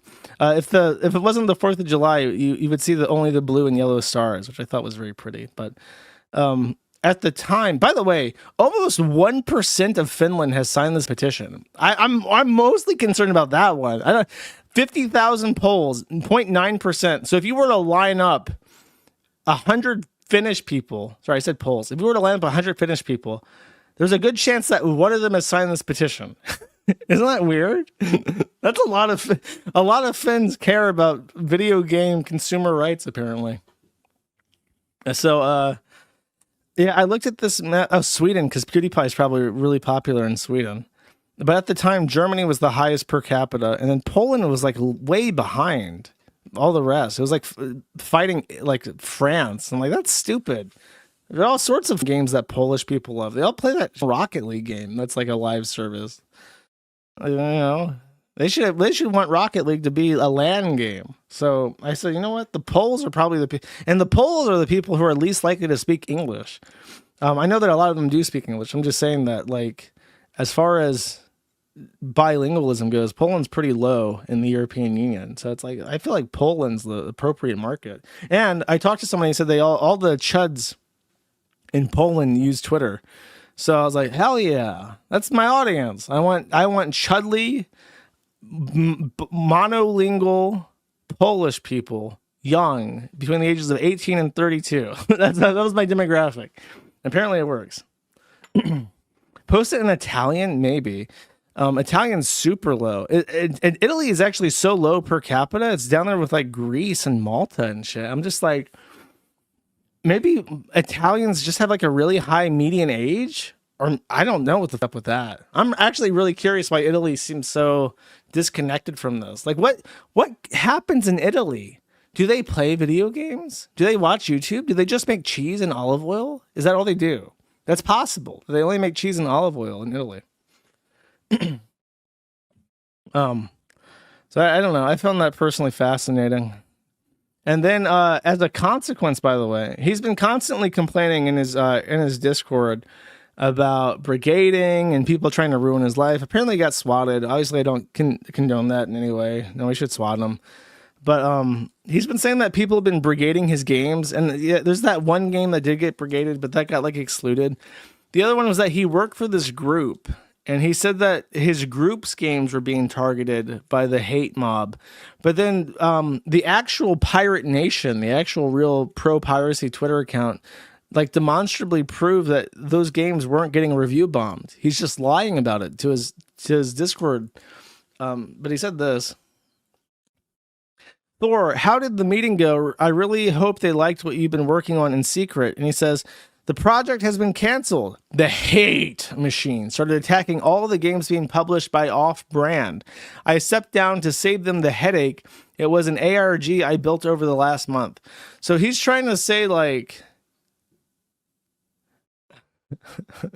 that he was so, like, in the last month, while you gamers have been signing the kill all video game in actuality petition, and you've been signing the more government regulation petition, I've been building my own Diablo clone, but it's been canceled because the kill all video games hate mob came after my company and they've canceled my project. Whichever one I don't believe, but I don't believe that he stepped down, but I do believe that they allowed him to step down because he's a toxic He's toxic. He's toxic. Why is he toxic? And what's funny is, let me get a drink and I'll explain my thoughts here. Hold on.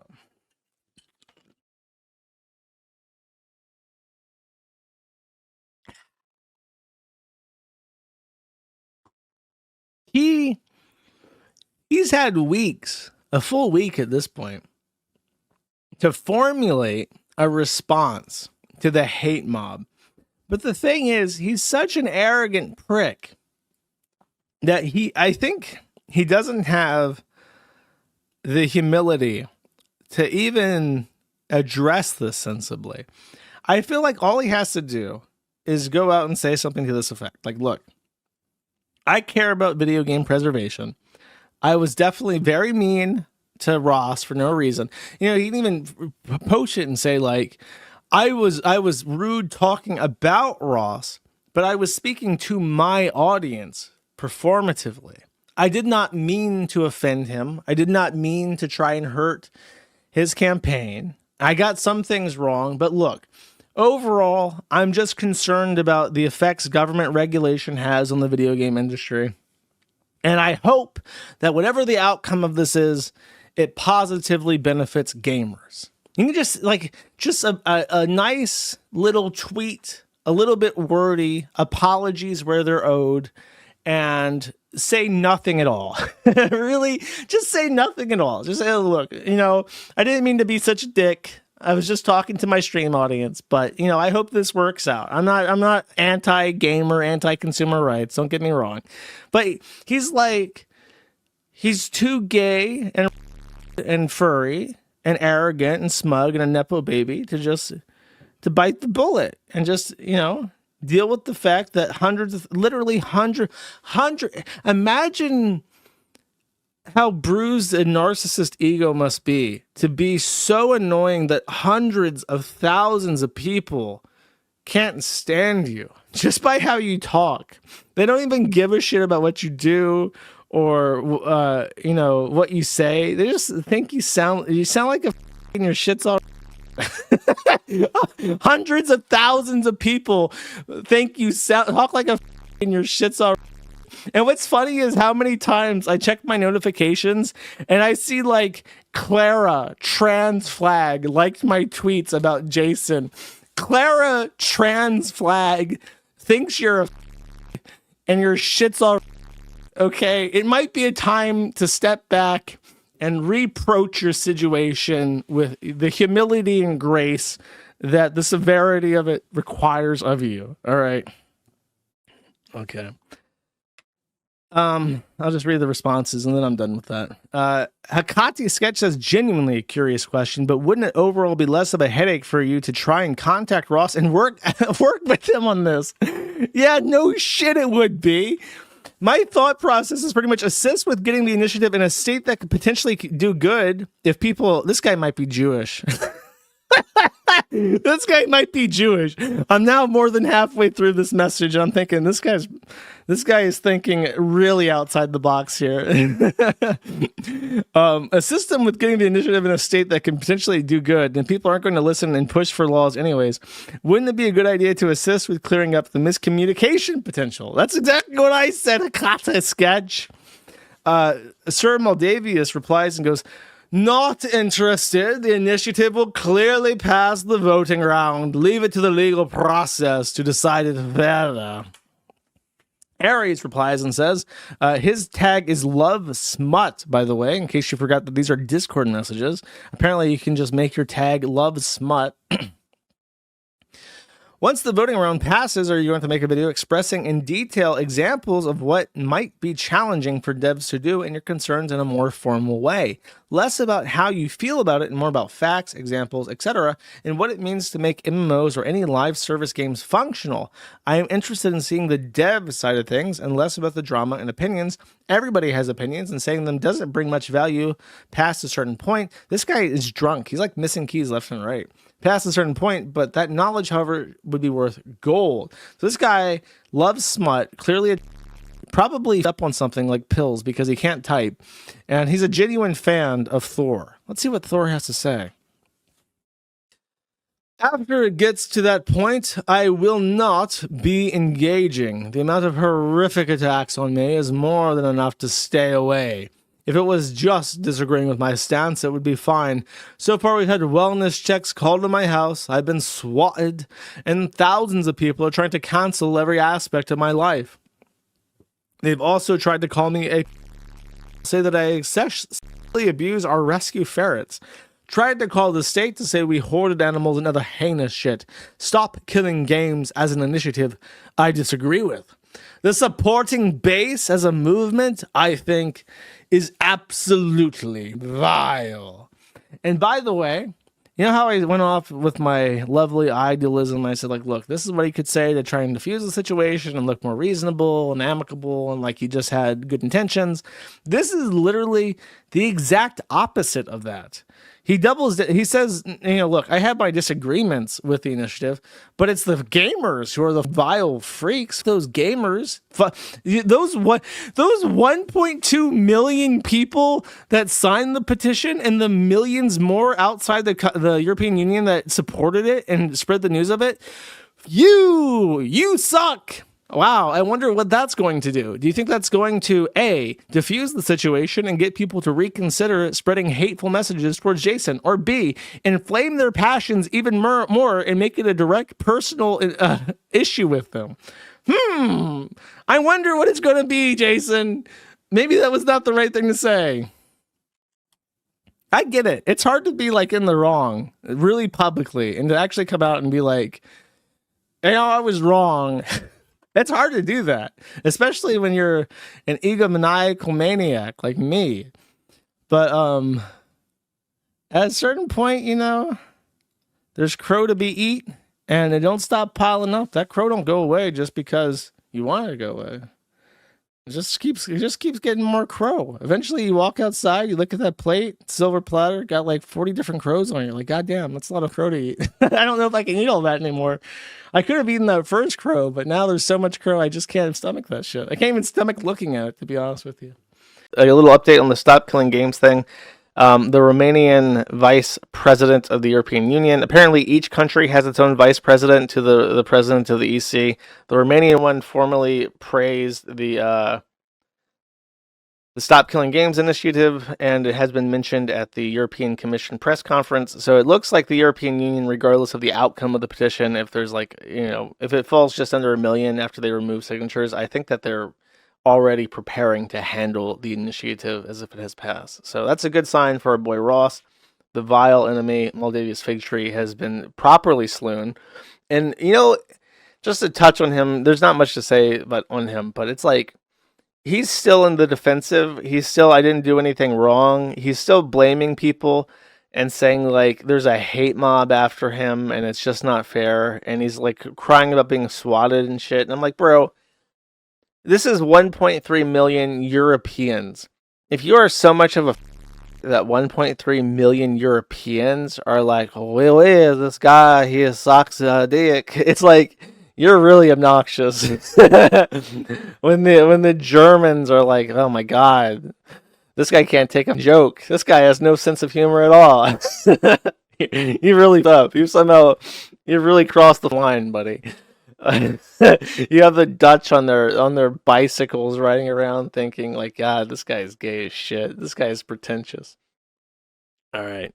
So I don't know. It's still funny to me. I hope that it passes. He hasn't said much. He's been like sulking on Discord about how people are being overly like, apparently now because he's like a programmer. He's become like a programmer lolcow, so you have all these YouTube channels that like need content. So they're just doing code reviews of what code he's published, and they're calling him like Yandere Dev. They're calling him worse than Yandere Dev, because I think Yandere Dev, I haven't spoken about, I used to cover him a lot on these streams, but I think in the past, he's actually started doing progress on his game. So they're saying that he's worse than Yandere Dev, because at least Yandere Dev is making progress on the simulator game, while he's not making any progress. So he's really getting roasted.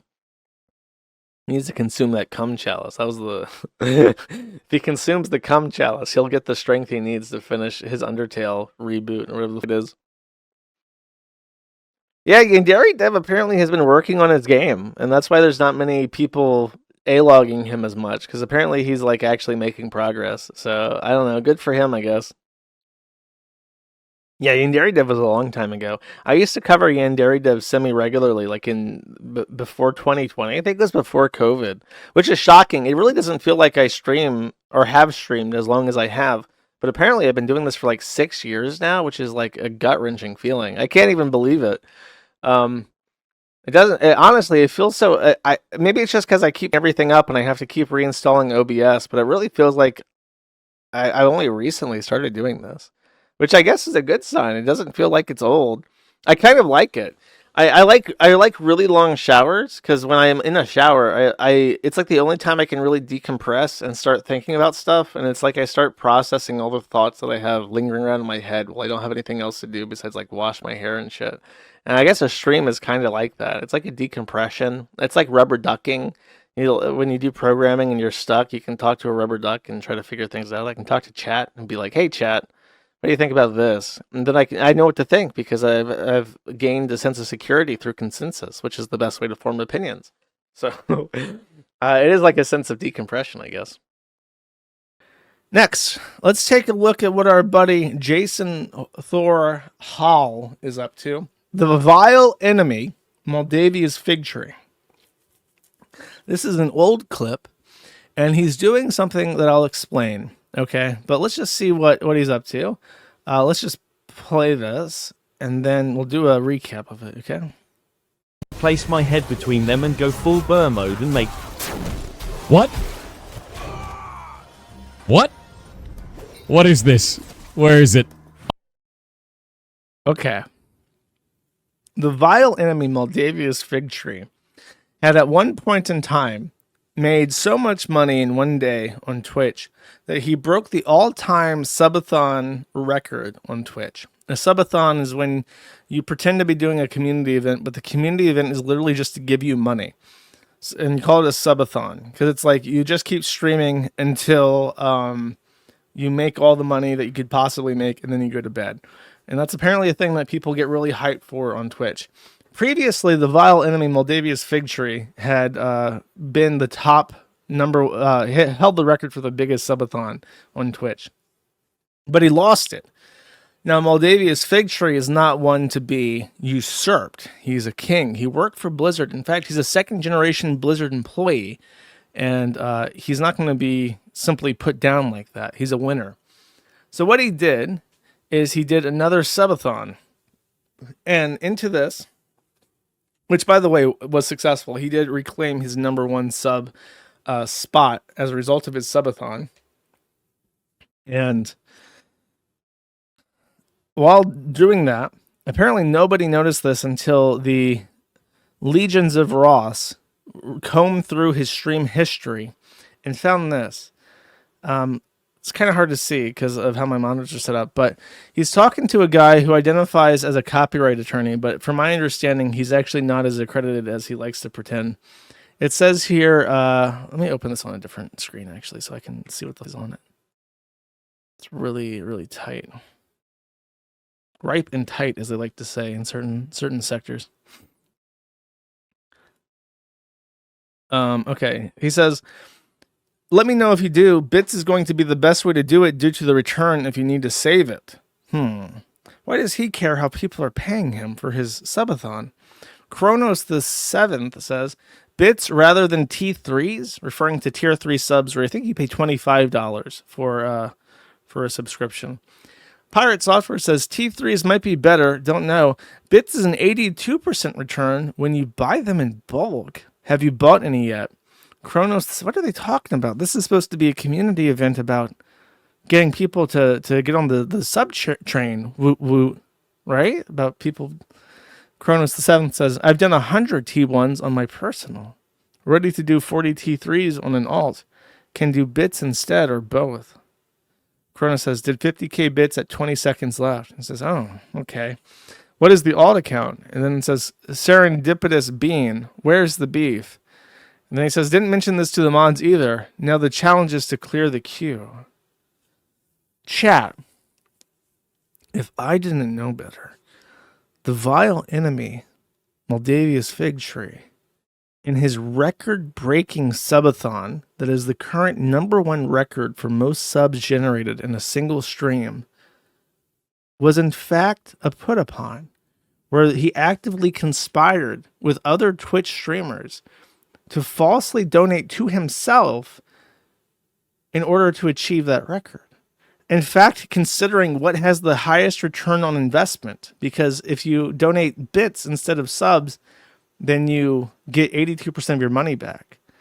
So it appears that the vile enemy Moldavia's fig tree, who was famous for having the #1 subathon of all time, in fact, literally faked that.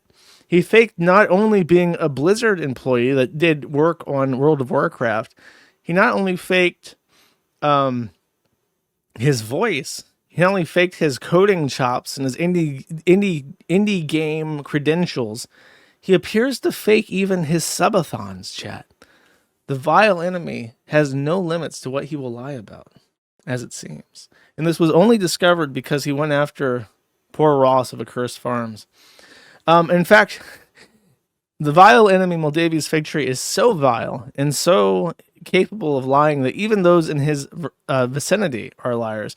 As it turns out, the person he's talking to, Kronos, who identifies as a copyright attorney, might not even be a copyright attorney. So his credentials were put under scrutiny because of this little event. And as it turns out, he might not be what he says he is either, despite his I believe this is the guy, by the way, that I can't remember exactly what this was, but I think he consulted some it was the first time that he was in the news. It was when he went after that indie game that was parodying streamers, and he said, I'm talking to a real copyright attorney who tells me that using my voice is a copyright infringement. This is the guy. This is the guy that told him he could sue that indie game for using his voice, even though it was clear-cut fair use parody, because he's not a real copyright attorney. So that's why this guy is familiar, because he solicits him for advice on what indie game developers to bully into submission. Fascinating. And after this news came out, by the way, he says, no stream today, woke up feeling gross, back tomorrow, to which he received 50 flags and 30 gay flags and 25 rainbows and 11 German flags and the ultimate disrespect. So I think that whenever they get like in everyone, I imagine them like vent zombies, they're like gooning, and then they hear doot doot, and they like click over immediately, and they're still stroking it with their left hand, and then they just, without even reading the post, they just put a flag sticker on it. It's kind of like when you see pictures on Twitter of like women's restrooms, and it's just like a flag sticker, and then like the carved in words, a peed here and nobody got hurt. It's like that. They just got to make sure you know that a was there and read your post and reacted to it, even if it has no association to the content whatsoever. So this, he was called by his community basically, because that's what he's cultivated, because he's a loser. And he dipped. Meanwhile, the hero of the story, Ross, reached his 1.4 million European signatures for the Stop Killing Games initiative. That was his stretch goal. Even he at some point bumped it up and said, there was so much activity that he was afraid that even 1.2 million wouldn't be enough. He really would have felt safe with 1.4 million, which he has now achieved in the final week of July, the last week that he had. However, the vile enemies of Stop Killing Games have conspired against him. In particular, there is an anonymous complaint against the Stop Killing Games, which was called at launch Stop Destroying Video Games, but then it got reworked to Stop Killing Games. An anonymous complaint which alleges a violation of disclosures in the initiative. Effectively, Ross had said in one of his videos that he put in tons and tons and tons of hours of work promoting his initiative. And the gist of the complaint is that, here's the exact quote from the article. There have been many weeks on the campaign where I've been working 12 to 14 hours a day to keep this thing moving to get signatures. And I've been running a rickshaw carrying people to the destination. So he's saying, I put in tons of my own hours volunteering time to this initiative. And they even break down and say it's about 2,000 hours tops, just roughly guessing, which could be up to 150,000 euros of professional contribution. Ross, not being a European, means that this is outside the EU contribution, undeclared 150,000 euros of professional marketing that was not disclosed to the European Union. So this anonymous complaint, which broke down his admissions of his own hard work, is now being used against him to say that he did not declare, as he should have, the amount of monetary assets he was being put forward to this, because he didn't factor in his own time in the process. So therefore, the 1.4 million signatures promoting this were illegally obtained, and the whole initiative should be thrown out. Is this mauled? It could be mauled. It's anonymous. So it could be industry people. It could be some asshole. It could be the vile enemy Moldavia's fig tree. But I'll tell you this. If the EU throws up this initiative because of this bullshit, because of 150,000 euros of undisclosed volunteer work by the guy that started it, the EU's a joke, and anyone who has any hope for the EU ever doing anything useful ever again is a and I will never, ever, ever talk about any EU anything ever again. Like, this is the most pathetic, lazy attempt to discredit 1.5 million people supporting something I've ever seen.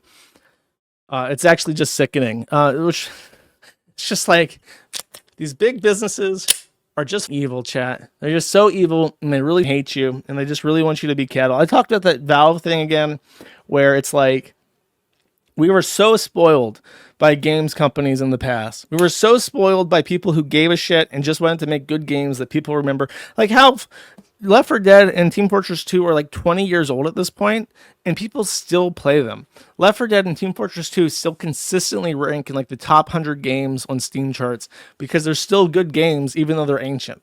And you can like the modern game slap that they shovel out on whatever marketplace is just so bad, and it has no longevity because nobody puts any thought into what they do, and they want to keep that gravy train rolling forever. They never want to have to make a game that people can just enjoy. By the way, I found out recently, just because I mentioned it offhand, there are still people who play RuneScape Classic, not old school RuneScape. Let me show you what RuneScape Classic looks like in case you don't know. There are still people playing this. At some point, the RuneScape Classic source code got leaked, and this game still maintains like 100 active players at any given time. Like there are still people walking around playing the old RuneScape Classic, because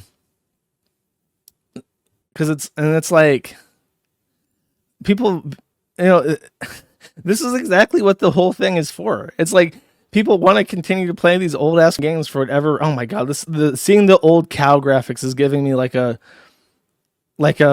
fit, bro. It has been so long since I've been in this pasture killing these PNGs of cows.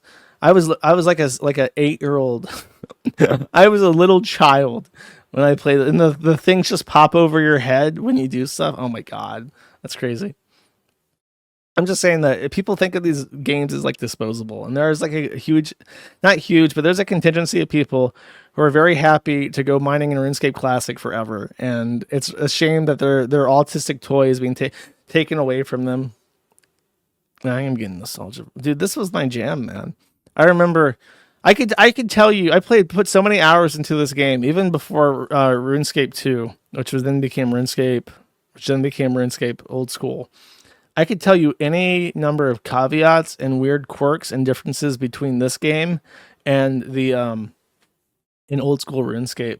Like how whenever you attempted an action, if you failed, you would have to click to reattempt it. How when you harvested stuff, if you had no inventory space, it would just automatically drop on the floor. In Underground Pass, there would be little red text that would send you like scary messages about Ivan and stuff. I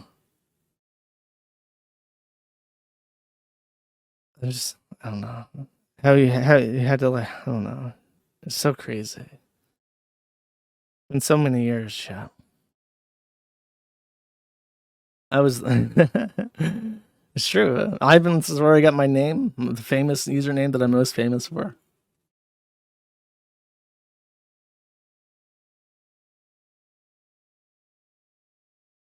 Sorry, I was just watching footage of RuneScape. Ode to Joy. I forget the name of the... this is the European Union Citizens Initiative for the Stop Killing Games, which has passed 1.3 million signatures. So it had gotten over the finish line last stream, and in that time it has accrued another 300,000 signatures, which is in the margin, is over the margin even that Ross from Accursed Farms was hoping to get, because he was afraid that once the European Union starts asking countries to validate the signatories, that many of them would be wiped out for being fraudulent. So he was hoping to get many, many more signatures, and 1.3 million is more than what he was originally asking for. He is still asking people to sign and get people to sign because he wants that margin as high as possible, because he doesn't really know how many will be removed. But this is over his original goal. It's not voting, it's a petition. It's a petition. Somebody needs to tell Pirate Software. I think Pirate Software is not having a good time. It's almost unbelievable to me how Jason has not managed to deal with this correctly at all. Because he's a part of that night media, right? The same night media that like Asmongold and Kersha are members of. And I think Shondo as well. So he should have access. Like, what is he a part of this organization for? If not to help with situations like this. Like, why would you join a personality union like Night Media, or I don't know what it's called. I don't know if it's Mythic or Night or whatever. I didn't know he worked for Blizzard. Well, so what's the point? Because you would think what would happen is you're a big public figure. You make lots of money from being a public figure. You join this group. They just make and sell merchandise. Is that it? Okay. That would make a lot of sense if it was just a merchandising thing. But I don't know. I've always heard the conspiracy that they were covering for each other. And that might be a thing where they just don't talk bad about other people in their Discord where they are like a part of each other's groups and shit. But you would expect that if you join a media group like this, they would help with PR. And I cannot think of anybody who more desperately needs a PR team, like not even just like a PR person, but like a whole team of people to help this idiot stop burying himself alive. Because he continues to make statements about how all 1.3 million people who have signed this petition are like a hate mob.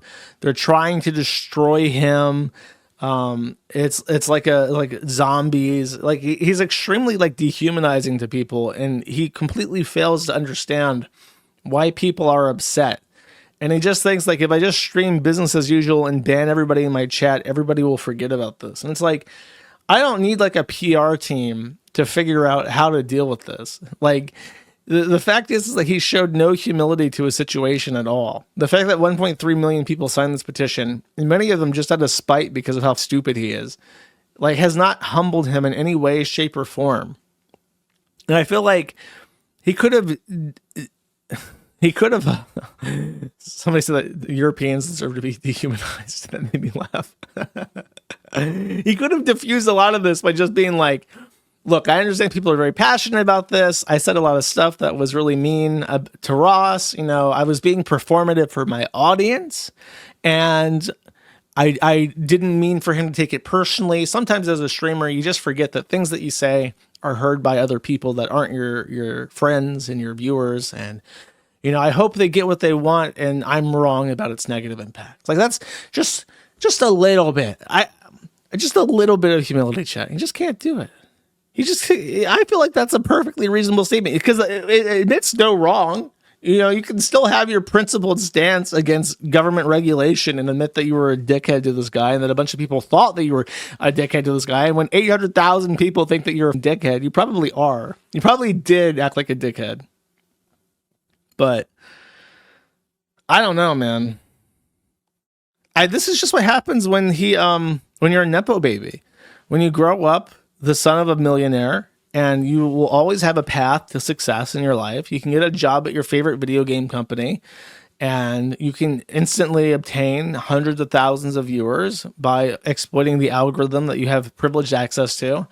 Like it probably was a thing where, you know, his father, who worked at Blizzard, knew a guy who worked at Google or YouTube, and then, you know, they were having a conversation at like a furry convention, right? They just got done butting each other in otter costumes. They light up a blunt, and he's like, so I want to get into streaming. And the other guy is like, he hits the blunt and is like, bro, my dad works at Google, and let me tell you, if you want to become a streamer, all you got to do is you got to make your name like words people search. Like, the number one thing that people search for on YouTube or Google that they don't show you is pirate and software. He's like, yeah, pirate software. I will name myself that. Then he names himself Pirate Software, and surprise, having privileged access to a little bit, not even like a conspiracy to prop him up as the next streamer as like an industry plant. Just incidentally exposed to privileged information. That's what nepotism is. You don't need to be pushed along. You don't need to have like deliberate efforts made to build you up. It's just you happen to know a guy who happens to know what some of the most popular search terms are on YouTube or Twitch or whatever, and then you just use that information to your advantage. That is literally what nepotism is. And he thinks like, well, because my dad didn't literally go out and literally find thousands of people and force them to watch me, it's not nepotism. It's like, actually it is. It is, actually. And then he's never had any challenge. He's never been told no. No, you can't do that. No, you can't smoke that weed. No, you can't make your voice sound extra fake and gay. No, you can't get butt in an otter costume. No, you can't call yourself Pirate Software as the most pro IP industry stooge that has ever lived. No, you can't do that. He's never been told that. So now 800,000 people are telling him, no, you're a dickhead. And he's just like, wow, this sure is a hate mob. Okay, buddy. Your grandfather invented the vending machine. I believe that. That sounds true. Do you have any insider knowledge about vending machines? Is there like a button I can press to get free Ruffles from a vending machine? I need share your nepotistic insider information about vending machines. There's a secret code. Oh my god. We're gonna learn the code to the vending machine. By the way, the Pirate Software debacle has reached the normies on TikTok. If you're only listening, this is a video of Pirate Software in his bed, seething and crying.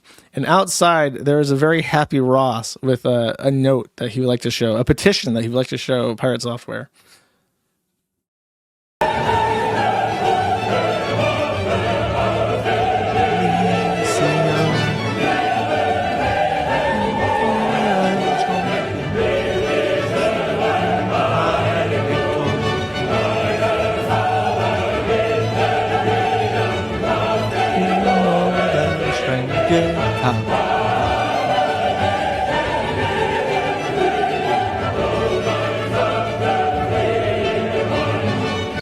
So this got thousands. How many thousands? I didn't know how many thousands. How many thousands? Where the fuck is it on the shit ass website? I see 800 comments. I see 35,000 likes. I see 5,000 bookmarks. 2,700 forwards. Where is the view count? What the? Why would you make a website that doesn't have a view count? Can I click this guy's profile and see the views? He's into anime titties. Good to know. So his videos usually get 200 views. How much shit does he post? Just watch. 225,000 views. Okay. Okay. So that's what's happening in the normie sphere. They're making fun of this this guy. It's broken containment. It's on TikTok, and everybody. Actually, I kind of want to read the comments on that. This is a cultural exchange. I never look at TikToks. I never know what they're doing over there. Let's see what the kids are up to, chat.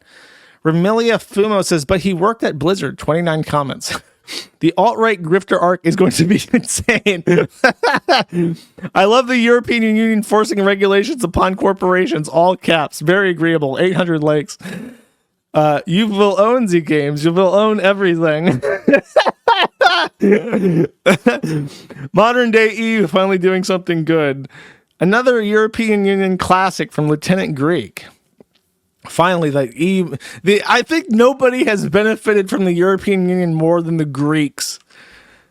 Makeson says, how dare they try to hurt my beloved $1 million companies? Actually, sweaty, they're billion with a B dollar companies. I don't understand. Can you explain using MS Paint? Another day to be proudly European. Oh, all the Euros are so happy. Like, look, we're relevant. We're relevant. I saw the European Union flag and I clapped. I clapped, chat. He'll be fine. He worked at Blizzard. That's funny. It's funny because it's just like they're in their own little bubble and they're still taking dunks on them. That's great. Oh well. So, very funny, Giga Chad, goodly news chat. So I mentioned that I was supposed to talk to Card Posting, and then he said he was too busy to do an interview. Like, okay. He then joined the Kiwi Farms after posting a video saying, can Kiwi Farms ever be good? I'll go in. So I've not read this, but he's had some back and forth with the community over the last week. And I have been informed that this has ended poorly for him. Probably not in the way you're thinking, but I'm not quite sure what to expect. So Card Posting says, hello there, this is Card. I am signing up to use this website in some capacity. I will fully explain my rationale behind this decision and prove this account is really me in the next proper video I upload to my YouTube page. So he posted the video, "Can Kiwi Farms ever be good? I'll go in." And it has a picture of the slobber mutt from WikiHow saying, "Step 1, approach the dog carefully," which is a very choice thumbnail. Quite Kino indeed, actually. Your source says, "Hi, Card, welcome to the farms. If anyone acts like a dumb neighbor fage towards you, just let me know so I can bully them." I'll just skip to the highlights. "What is your professional opinion of Rupert the cat?" For reference, and there's a picture of a very cute kitten. I'm not sure what Card's response to that is. I'll skip through the highlights here. "No better hide the secret MLP board before Card posting finds out." That's not any worse than the public VTuber board, I assure you. HackerX says, "Welcome to the Ciabatta zone. You think someone like you would be disliked here by every known metric. That doesn't seem to be the case. I can only speak for myself, but the vibe I'm getting is people appreciate how you're inarguably and authentically you." It's kind of gay. Suck no ass. Okay, he says, "Hello everyone, I'm sure you've realized I'm here and most likely saw my most recent video. Well, it's true. I've been interested in seeing firsthand for myself what Kiwi Farms is like and seeing if there are any redeeming qualities whatsoever, contrary to the mainstream perception of it as an unambiguously evil doxing site. Further, I may end up using the site in some capacity as I work towards putting together something of an expose on Jason Thor Howell, even card posting, getting in on dunking on pirate software. You'd love to see it, folks. As I believe has unfortunately been made necessary by recent events, he feels the call.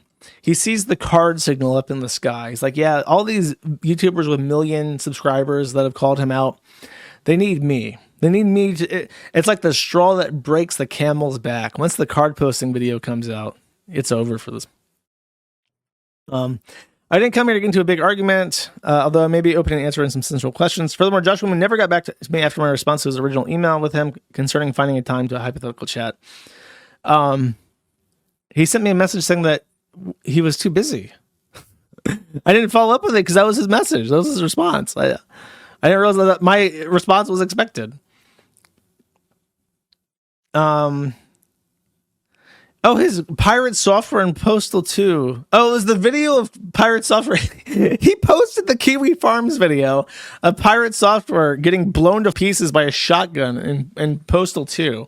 And then it's surprised that he got a violation for that. Like, yeah, there's a reason why I didn't post that on Twitter. That's pretty extreme.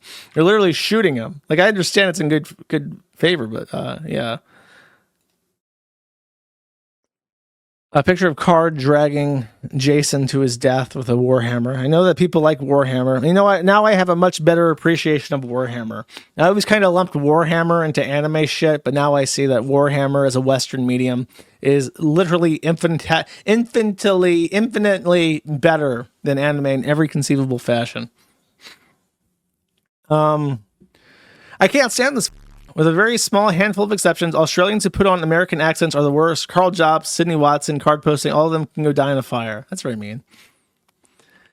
I've just uploaded the recording of a live stream where I talk more about my motive in looking into the Kiwi Farms, my plan for a Jason video, and primarily responding to the comments people left here about me in a few days. Let's get to it. Picture of Pirate Software being hanged by card posting with his butt cheeks as the mechanism to pull the rope. Very fascinating. Archive of his channel. Here's a hypothetical idea I'd like to throw around to anyone who doesn't like Jason Thor Hall. I'll post here rather than on YouTube just in case. I'm hoping that there are big fans of the JTH Drama Hog. Carry this idea back to them. In the official Pirate Software Discord, there's a bunch of channels hidden from regular public view.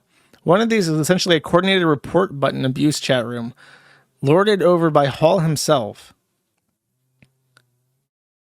Oh. No access for that. So it's a hidden channel, and someone linked the hidden channel message like, hey guys, report this video of Pirate Software getting blown to pieces by a shotgun in Postal 2. And then they're like, whoa, buddy, don't talk about that in public. You have to keep that to the special secret channel where we mass report videos. So he's done an exposure here. I will even postmark this because this is important stuff here, chat. Okay. people reported this post, by the way, because he was asking for people like to coordinate to like put bounties out and information by him, and guys are like, that's kind of gay. Do your own work. No trolling plans. Autistic internet shit will never amount to real world consequences for anyone with a spine. Get threatened online is a meme. Get defamed online is a meme. Debanking is a meme for 99% of people. And a modicum of self-sufficiency is a cure to the 1% affected by it. If anything, you seem like the painfully naive one. Your entire worldview seems to stem from a fear of what other people might do to you. You conceive of yourself as merely something to be acted upon by others. Well, buddy, when you can't make any money, you're a little bit... You seem like the type of person content to pay rent. So he owns his shed. He doesn't pay rent for the shed. He owns it outright. That's why he lives in a shed, because that's what he afforded. I see. I can respect that. Even if the banking was orders of magnitude more likely to happen to any given person than it really is, being denied the ability to maintain a bank account does not mean being entirely cut off from economic life. It effectively is that. If you think otherwise, you've already lost, and your loss is entirely self-inflicted. Enough self-sufficiency, work ethic, and disregard for the opinions of others will, in practice, shield you from all the worst consequences the corporate powers that be can ever throw at you under capitalism. I disagree. I feel like I'm pretty self-sufficient, and I work pretty hard to keep my site up, but I am still profoundly negatively impacted by not being able to process credit cards. And then people did not respond positively to that and said, it's impressive how quickly you've thrown away the goodwill users have shown towards you. Please continue to double down. Insane locale behavior, dude. This is what I had set aside. He says, one last thing for the good of the people in the thread. Here's a glowing Steam review of Fap Queen, written by Card himself after 4.5 hours of playtime, blushing face, dated from 2019. So this is a Steam review from Card, which means I have to read this in his voice, I guess. Fap Queen belongs to a genre of game which, prior to playing, I was admittedly unfamiliar with. However, I feel it is still possible to review it for what it is, as an experience, without having been spoiled by what a game in the same genre could potentially do with larger production values. Fap Queen explains its concept with a brief tutorial. The player is expected to do little else in the game, then occasionally choose a response to on-screen prompts and, to, describing this euphemistically, in a Steam-friendly way, do the thing they downloaded this game for, to a metronome beat. The metronome system comprises the bulk of the gameplay, only to be broken up by little vignette scenes with 3 characters. The titular queen, very, very punny. Very punny. The titular queen, an aloof Egyptian empress, and a patronizing succubus, which are interspersed throughout the length of a roughly 20-minute game per session in order to control the pacing of the plot progression. Nevertheless, on a technical level, the game runs well, has no obvious major bugs, and the art of the on-screen woman is all consistently good. Complex enough to look appealing, if you're into 2D jigs, that is, while retaining a simple enough design to not come off as excessive. There's a roster of Steam achievements, not that it matters in this sort of thing, and it's entirely free, which is always a big plus. Conditionally recommended. That is like a review brought tier review of a graphic game where apparently you beat your schmeat to a beat. Very fascinating stuff. Can't wait for his next review. I want to see the video review of Fap Queen. I was cautioned against talking about Card on stream because people suspect he's just trying to get YouTube viewers, which is like, yeah, obviously, but it is what it is. So that's what Card's up to. He doesn't believe in debanking and believes that if you just decouple yourself enough from capitalism, you can enjoy free games like Fap Queen. The vile enemy, Moldavius Fig Tree, was formally accused of assault. Did I talk about this last stream? I might have. What time was this posted? 11 p.m. There's no way I did it then. Moldavius, it feels like it was so long ago. It must have been last stream. I don't think I did. So here's what happened with this guy, okay? A gay furry, who I think might be a pooner based on some comments in this, came out and wrote an expose about their experiences with Moldavius on a furry dating app called Howler. And to sum up a long story short, This person met up with Moldavia's fig tree, and they cuddled. Now, I want to make this clear. You should never cuddle with somebody you don't intend to have sex with. I don't know why I keep reading stories about assault that start with, like, I just want to have a heckin' platonic, wholesome cuddle with a gay man or with a brown Mohammedan. If you cuddle somebody, you're basically consenting in the eyes of, like, 80% of men, I'm pretty sure. So they had a heckin' wholesome gay little cuddle-orino. And the furry made it clear to Moldavius that they did not consent to any form of penetrative or bodily fluid exchange. So Moldavius, drunk and gay, decided to dry hump this furry to completion and then skeeted all over their clothes. Then afterwards, Moldavius needed a ride, so he drove him back home and dropped him off after being skeeted on. And that is the allegation in summary that has been presented against Moldavia's fig tree. Now, under contemporary definitions, this is sexual assault, because I don't think you would appreciate it if you were sitting on a bench or something and some dude walked up and skeeted on you. So that's definitely unwanted contact. I think that's safe to say. And I have nothing more to say about this. There's more to Jason, though. In particular, in case you want like a complete and total rundown over the full history of Jason Hall and Moldavia's fig tree, Haramberger on page... God, even what page is this? On page 1137, went through the entire forum thread and put together a summary of every 100 pages with highlights of those 100 pages. So you can go through and you can read the summaries of everything and fully understand the complex, sordid history of Moldavia's fig tree. Now, there is one special update to this, two actually. Jason has announced that he has taken a vacation, which is a little bit surprising because he was expected to manage his game jam. Every year, Jason does a game jam, which is when basically amateur programmers submit game concepts that are thrown together in a couple weeks in spare time. So it's basically enough time to just do a minimum viable product for any kind of specific gameplay idea. As bare bones as possible. So you don't actually make like a full game. You just like do your best to make as much of a game as possible. And then the best candidate wins. So usually he does this every year. This year he's had a significant drop off of participants compared to last year. And he abruptly announced on his Discord that he was going to take a break. He says, "At everybody, going to take a week off for a much needed vacation, which is something I haven't done in years. Just going to watch anime, write, chill out, and enjoy myself. Looking forward to what you all make in the game jam when I get back. Take care of yourselves, you absolute mad lads." So even his sign off is just stealing from Count Dankula. Now, last time I read a Discord message from Moldavius, I pointed out that the first reaction to his Discord message was the trans flag, and I made fun of the fact that that just rub their dick on everything because they're gross, obnoxious, coon brain. And this one, they put a little egg there, the trannies did, which is a reference to when someone is successfully groomed into wanting to mutilate their body.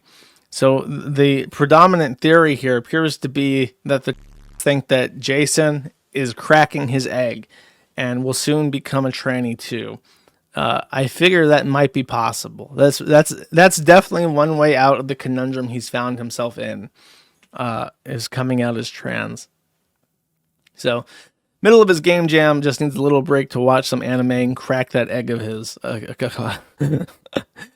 Meanwhile, on the side of the righteous side of history.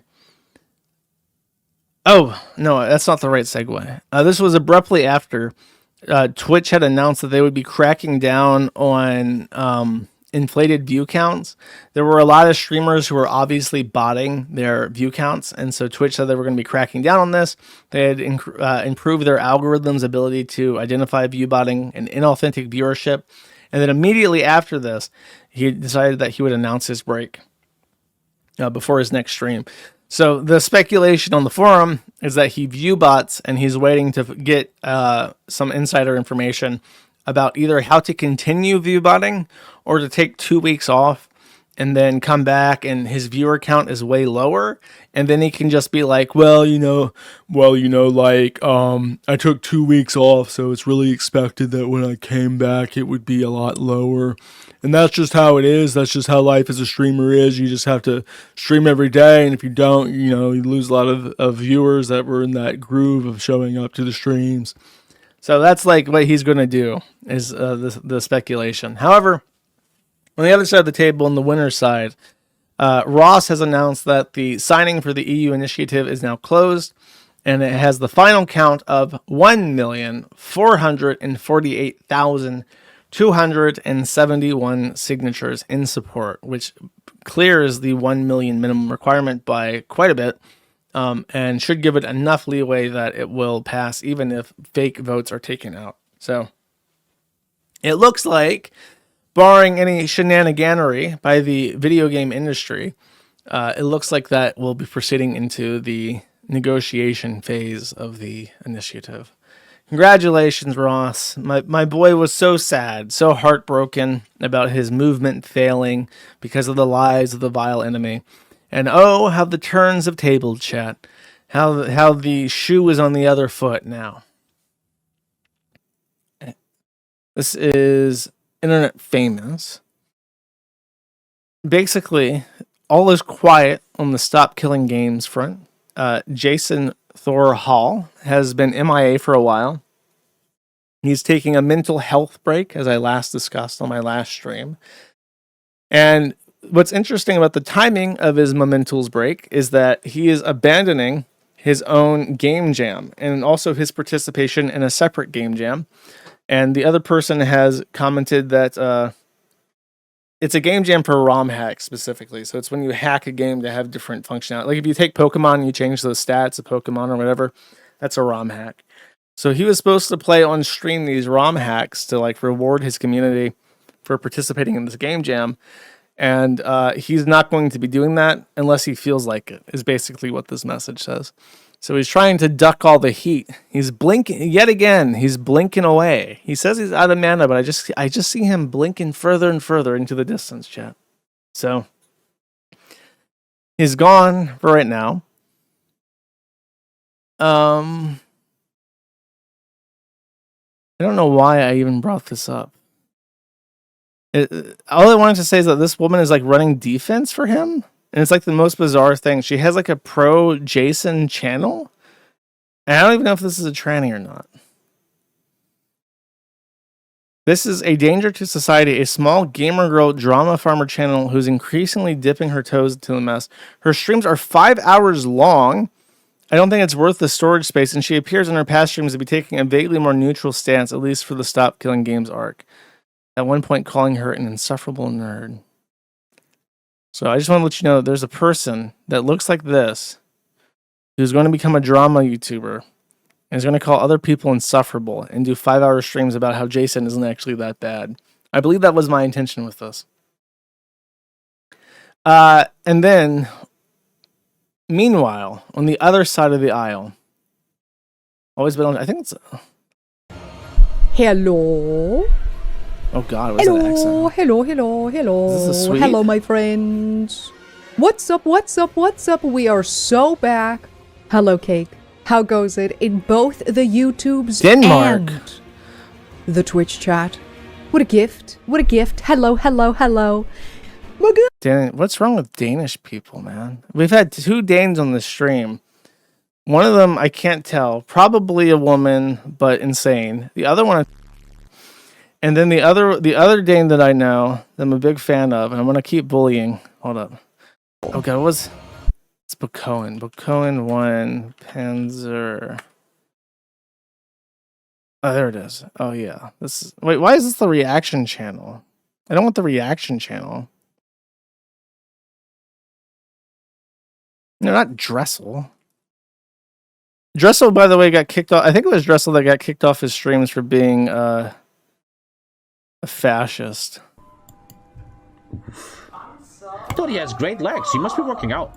There's some dude. Look at that. I don't want your response to this. I just want the video. This guy, he did this as like a charity fundraiser thing, but he's also Danish. I've shown this clip on stream many times because it endlessly fascinates me. Why the is it only? Maybe he deleted the original. He deleted in shame. He copyright struck all of them. Poor Danish guy. He just wants to shill his slop ass videos and turn on his own friends for saying things they're not allowed to, and be really smug and condescending. That's what happens. He's Danish. He's not German. Oh yeah, Kitty Styles also. I can't name a single person from Denmark who's sane. Can I? No, not a single one. I don't know anybody from Denmark who's not completely loopy. I say it could be age restricted. Oh, that guy's German. Yeah, probably. I don't know. I don't know who Tommy K is. See? Oh my god, what the? He just watches titty streamers. Apparently he plays map games and watches titty streamers, bro.